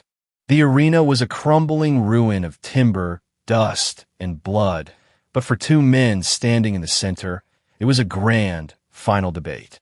One was an efficient, cold-blooded machine of war. The other was a broken, bleeding man who had realized too late that the most effective weapon in a death match isn't a blade. It's a convincing lie. I had banked everything on a tall tale, a myth about mountain-dwelling giants that I had manufactured out of thin air to paralyze the enemy's mind. And for a moment, it worked. The silence of the mercenaries was deafening. But Brawzer wasn't a common thug. He was a monk of carnage, and he had seen past the artifice. He didn't care about my origins or my secret heritage. He looked at me with a kind of grim, professional respect and delivered a blow that turned my insides into a memory. We laughed then, a surreal, breathless sound in the middle of a slaughterhouse, the killer and the dying, sharing a final, dark moment of clarity. Brawzer was sorry he had to end it, and I was just happy to have served one last customer. Then the world turned inside out. The hangar wall disintegrated in a roar of splintering wood and concussive force. Through the swirling dust of the collapse emerged the two figures that every mercenary in the city feared, Galston the Gallant and the iron-willed Kasha Hightower. The tide of the fight didn't just turn, it crashed. Browser, the man who had been dancing through the wreckage with terrifying ease, suddenly found himself locked in a high-stakes dance with the city's finest. Galston moved with the grace of a storm, his brass rings singing through the air like metallic hornets, while Kasha was a pillar of pure, focused destruction. Yet, even as the legends clashed, Browser's tactical mind didn't falter. He realized that the only way to win was to prune the board. He signaled his remaining pack of killers, not toward the champions, but toward the one thing that had been throwing a wrench into his clockwork plans all night. Me. I lay there, a broken puppet, unable to lift a hand. But the air around me suddenly sharpened. Two figures stepped into my field of vision, blocking the incoming swarm of black-clad mercenaries. One was Lies, trembling, her sword lashed to her wrist with cloth, her eyes already glazing over as she fell back into that unnatural, beautiful trance of pure violence. Beside her stood Kasha, abandoning her duel with the Radiant to play the role of the shield. The mercenaries hit them like a wave against the seawall. It was a display of sheer, impossible defiance. Lies was no longer a person. She was a shifting, lethal shadow, moving with a speed that defied the physical limits of her exhaustion. Kasha's magic detonated against the floor, a blast of wind and raw force that shattered the vanguard of the enemy charge. The mercenaries, who had once been an unstoppable, encroaching forest of steel, were now falling like stalks of wheat before a scythe. I watched from the dust, my ribs screaming, my vision flickering at the edges. I had started this night as a tavern keeper who wanted nothing more than to avoid a headache. Now, I was the epicenter of a collapse that was rewriting the city's history. The air tasted like snow and ozone. The balance had shifted. The hunters were suddenly the hunted, and as the last of the mercenaries faltered against the relentless, synchronized fury of two women who refused to let me die, I realized the irony of it all. I had been lying to buy myself time, a grand, desperate performance meant to save my own skin. But now, looking at the carnage and the shifting momentum, I wondered if the lie had become the truth. If I could survive this, if I could live to see the dawn, I would have to figure out how to be the man they thought I was. Because as the dust settled and the screams began to fade, one thing was clear. The tavern was the last thing on my mind. Something much larger and much more dangerous had just woken up, and it wasn't a mountain man. The battle between the two Radiants was a masterclass in controlled chaos. It was like watching a hurricane trapped in a wine glass. All the fury of a natural disaster, yet focused into a pinpoint of lethal precision.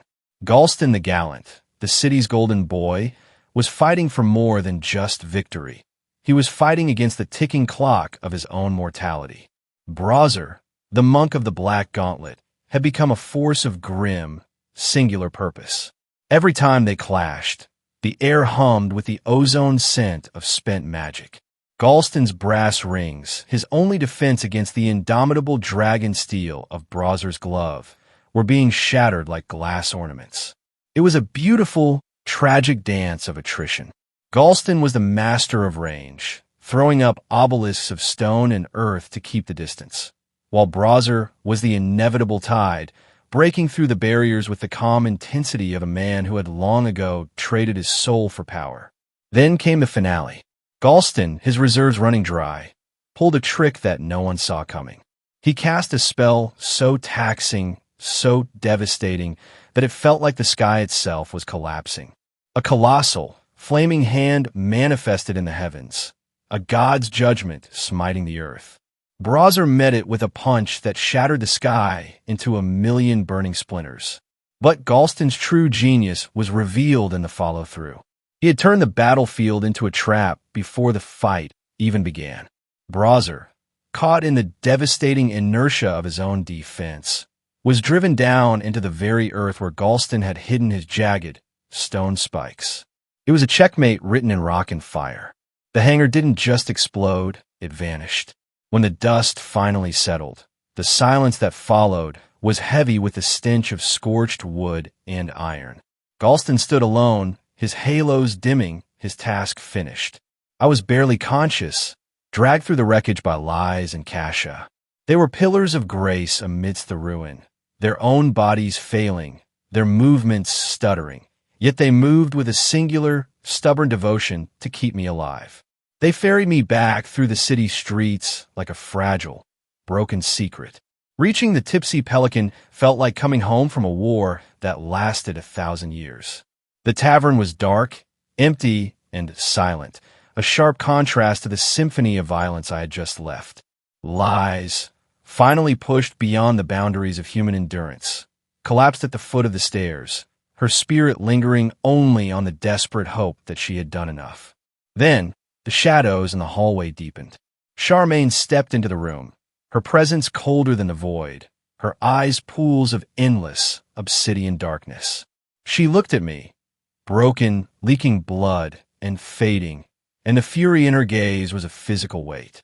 She didn't see a tavern keeper. She saw a god who had chosen to play at being mortal, and in doing so, had nearly thrown it all away.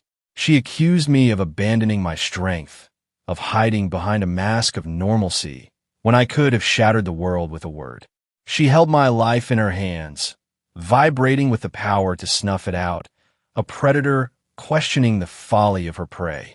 But when I spoke of the past year, the mundane, wonderful, messy reality of running a tavern, the simple joys of a life unburdened by my true, monstrous potential, her darkness fractured. The cold light in her eyes began to waver, and for a fleeting moment, the mask of the distant, powerful entity slipped.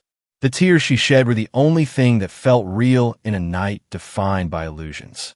In that quiet, dimly lit room, the Stormblood wasn't the man who could defeat a god. He was just a man who had almost lost the only thing that made him human. The danger had passed for now, but as I looked at her, I knew the cost of my vacation had just been paid in full. The tavern was no longer a refuge. It was a front line. And for the first time in centuries, I wasn't sure if I was ready to step back into the storm. The aftermath of the chaos in the hangar was a strange, quiet blur of cooling blood and healing potions. For the world, the story was simple. Heroism had triumphed. Galston the Gallant and Kasha Hightower were now the undisputed faces of victory, their reputations skyrocketing into the stratosphere. Meanwhile, the enigmatic figure known as the Greenfin remained a phantom, a question mark wrapped in a riddle that the city would be debating for years to come. Back at the Tipsy Pelican, the atmosphere was thick with the scent of ale and the weight of secrets. I played the part of the sickly tavern keeper to perfection, nursing a genuine cold that made the rumors of my near-death encounter all the more believable. When Lies visited, the tension in the room was palpable.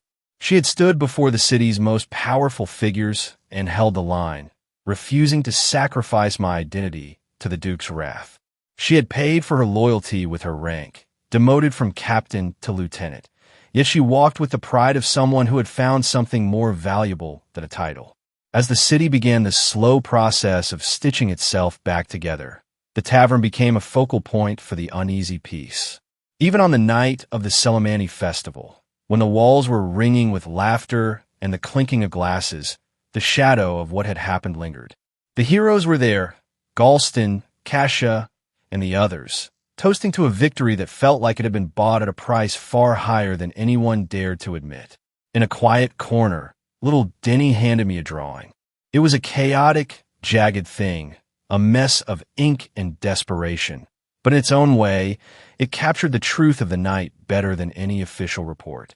I pinned it to the mantle, a silent testament to the small, fragile lives that I had spent the last year pretending to be a part of.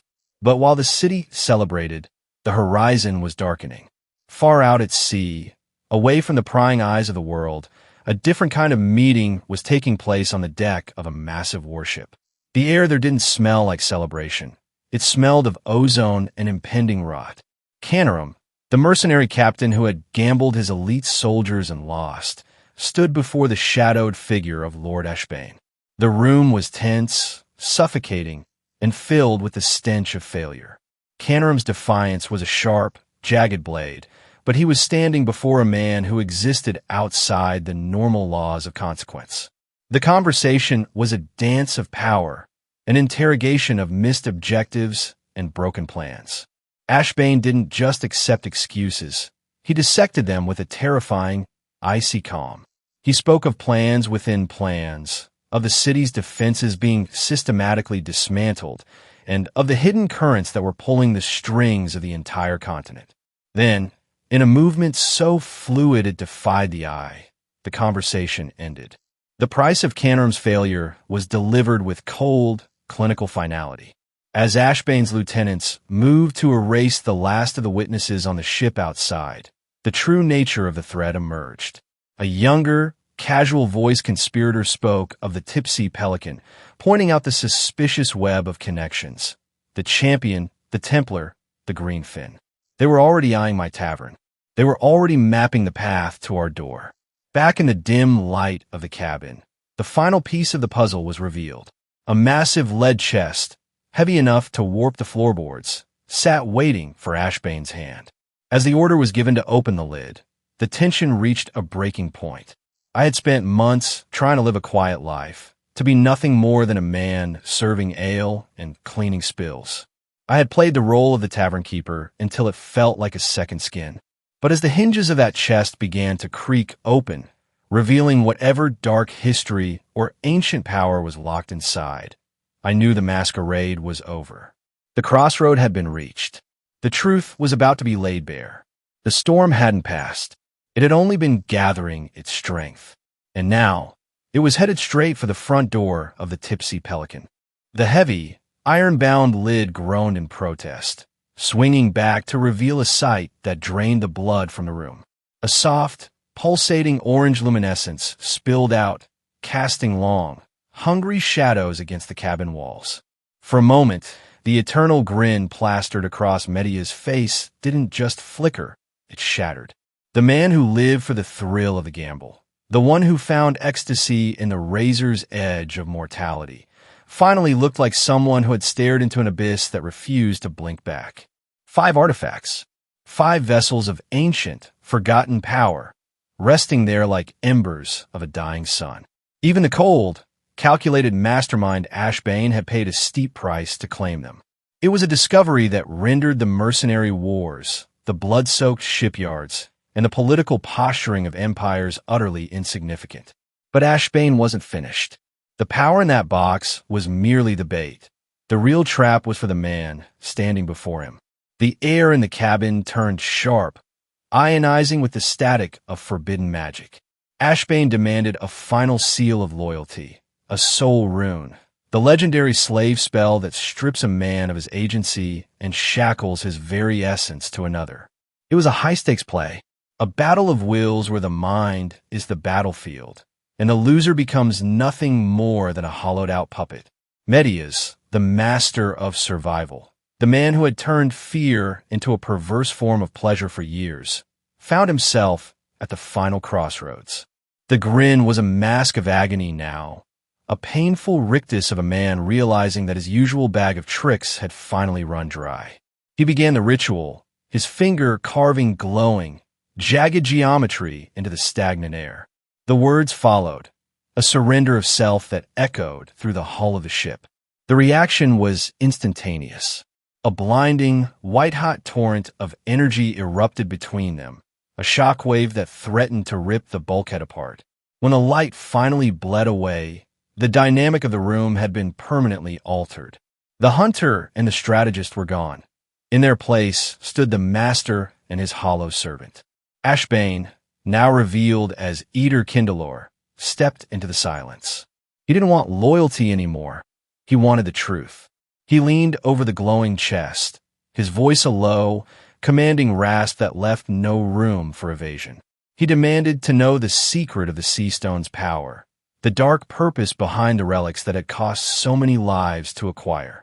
As Medias opened his mouth to obey, forced by the absolute, crushing weight of the magical bond, the true scale of the nightmare began to unfold. Whatever lay inside that chest was enough to rewrite history, and the man who held the key had no intention of keeping it hidden. The tavern, the heroes, the city, the petty squabbles over wards and dukedoms. They were all standing on the edge of a precipice, completely unaware that the ground beneath them had already begun to crumble. The real game had just begun, and the first move was about to shatter the world. Meanwhile, at the Catagolian, the seat of the Order of the White Church, Kasia is living in a different kind of heat, the pressure of the final test. The apprentices are exhausted, their minds clouded by frantic, last-minute cramming and the terror of the unknown, while her peers spend their final hours drowning in religious texts or obsessively running sword drills. Kasia finds herself drawn to the legendary chronicles of Archibald Stormblood. She isn't studying, but she is preparing in a way she doesn't yet understand. She is feeding her spirit with the stories of those who stood before her in the face of the impossible. When the sun rises, the masters lead the shivering group to the edge of Lake Yasmin. The water is a dark, churning threat, split by a jagged crack in the ice. The test is simple, brutal, and seemingly suicidal. Swim to the other side of the freezing lake. The apprentices descend into panic. It is an impossible task, a death sentence masquerading as a challenge. But Master Cato's eyes are cold and steady. He reminds them that the heroes of old, men like the Stormblood, did not define their lives by the limitations of their bodies. They defined them by their refusal to accept the boundaries of the possible. The lake is waiting. The air is biting. And for Kasia and her peers, the difference between becoming a Templar and becoming a cautionary tale isn't about how much they've memorized. It is about whether they have the courage to step into the abyss, knowing they might not come out the other side. Will they drown, or will they learn what it truly means to be a hero? Rotter the Red had spent 30 years cultivating a reputation that was, quite frankly, as sharp as his favorite serrated blade. He was a man who lived by the simple, violent arithmetic of the bandit trade. If you weren't the one holding the coin purse, you were likely the one spilling the blood. It was a career path that kept the adrenaline high and the retirement plans non-existent.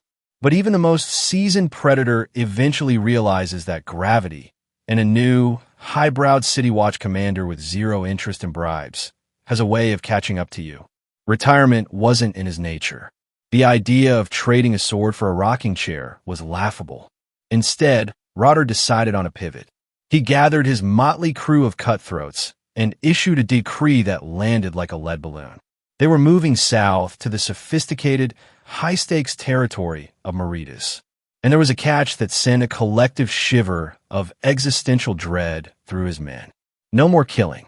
The new strategy was simple, non-lethal, and incredibly irritating to a group of men who considered a blunt instrument a personality trait. Fistfights only. No blood. No bodies, just pure, unadulterated grand larceny. The journey was a masterclass in tension. The road was a narrow, winding ribbon of dust tucked away from the main thoroughfare, a place where secrets went to be buried. His crew was on edge. The air was thick with the scent of dry pine and suppressed aggression. Jareth, the most volatile of the lot, was starting to look at Rotter with the kind of hungry, speculative eyes a shark might reserve for a wounded seal. The power dynamic was fraying at the edges, and the desert heat was only making the internal rot spread faster. Then the signal came, an owl's hoot in the middle of the day. A wagon was approaching. The silence that followed was heavy, almost suffocating, broken only by the rhythmic thud of horse hooves against the sun-baked earth. Rotter watched from the brush as the target rounded the bend. It was an anomaly, a wagon of immense, hulking proportions, far too large for a single horse, yet moving with a deceptive, lumbering grace. Two figures sat at the helm, a man with a nervous, frantic energy and a woman cloaked in shadow, her white dress a startling contrast to the gritty, unforgiving landscape. They looked like travelers who had taken a wrong turn into a nightmare. Jareth moved. He stepped onto the path, his blade catching the sunlight, a metallic glint that signaled the end of the couple's peaceful journey. The road was blocked, the escape routes sealed by heavy barrels rolled out with calculated precision. The young man at the reins erupted in a flurry of protests, his voice cracking with a mixture of indignation and genuine terror. But as Jareth approached the wagon with the swagger of a man who owned the very air he breathed, the young man's expression shifted. He glanced at the woman beside him, and for a fleeting, heartbeat-skipping moment, the atmosphere in the clearing changed. It wasn't the fear of a victim being robbed. It was the measured, icy tension of someone holding back a landslide. The boy started rambling, his words tumbling over each other, insisting the cargo was nothing but worthless brewing equipment. He was desperate, sweating, and entirely too focused on the woman who hadn't said a word. Roddard's hand tightened on his hilt. The instincts he had honed over 3 decades of survival were screaming that something was fundamentally, terrifyingly wrong. The wagon was too big. The man was too desperate. And the woman was far too still. As the standoff deepened, a cold, prickling sensation crawled up Roddard's spine. He realized, with a sudden, sinking clarity, that they hadn't just stumbled upon a merchant's transport. They had stepped directly into the path of something that had no business being on this road. And then, the woman lifted her head.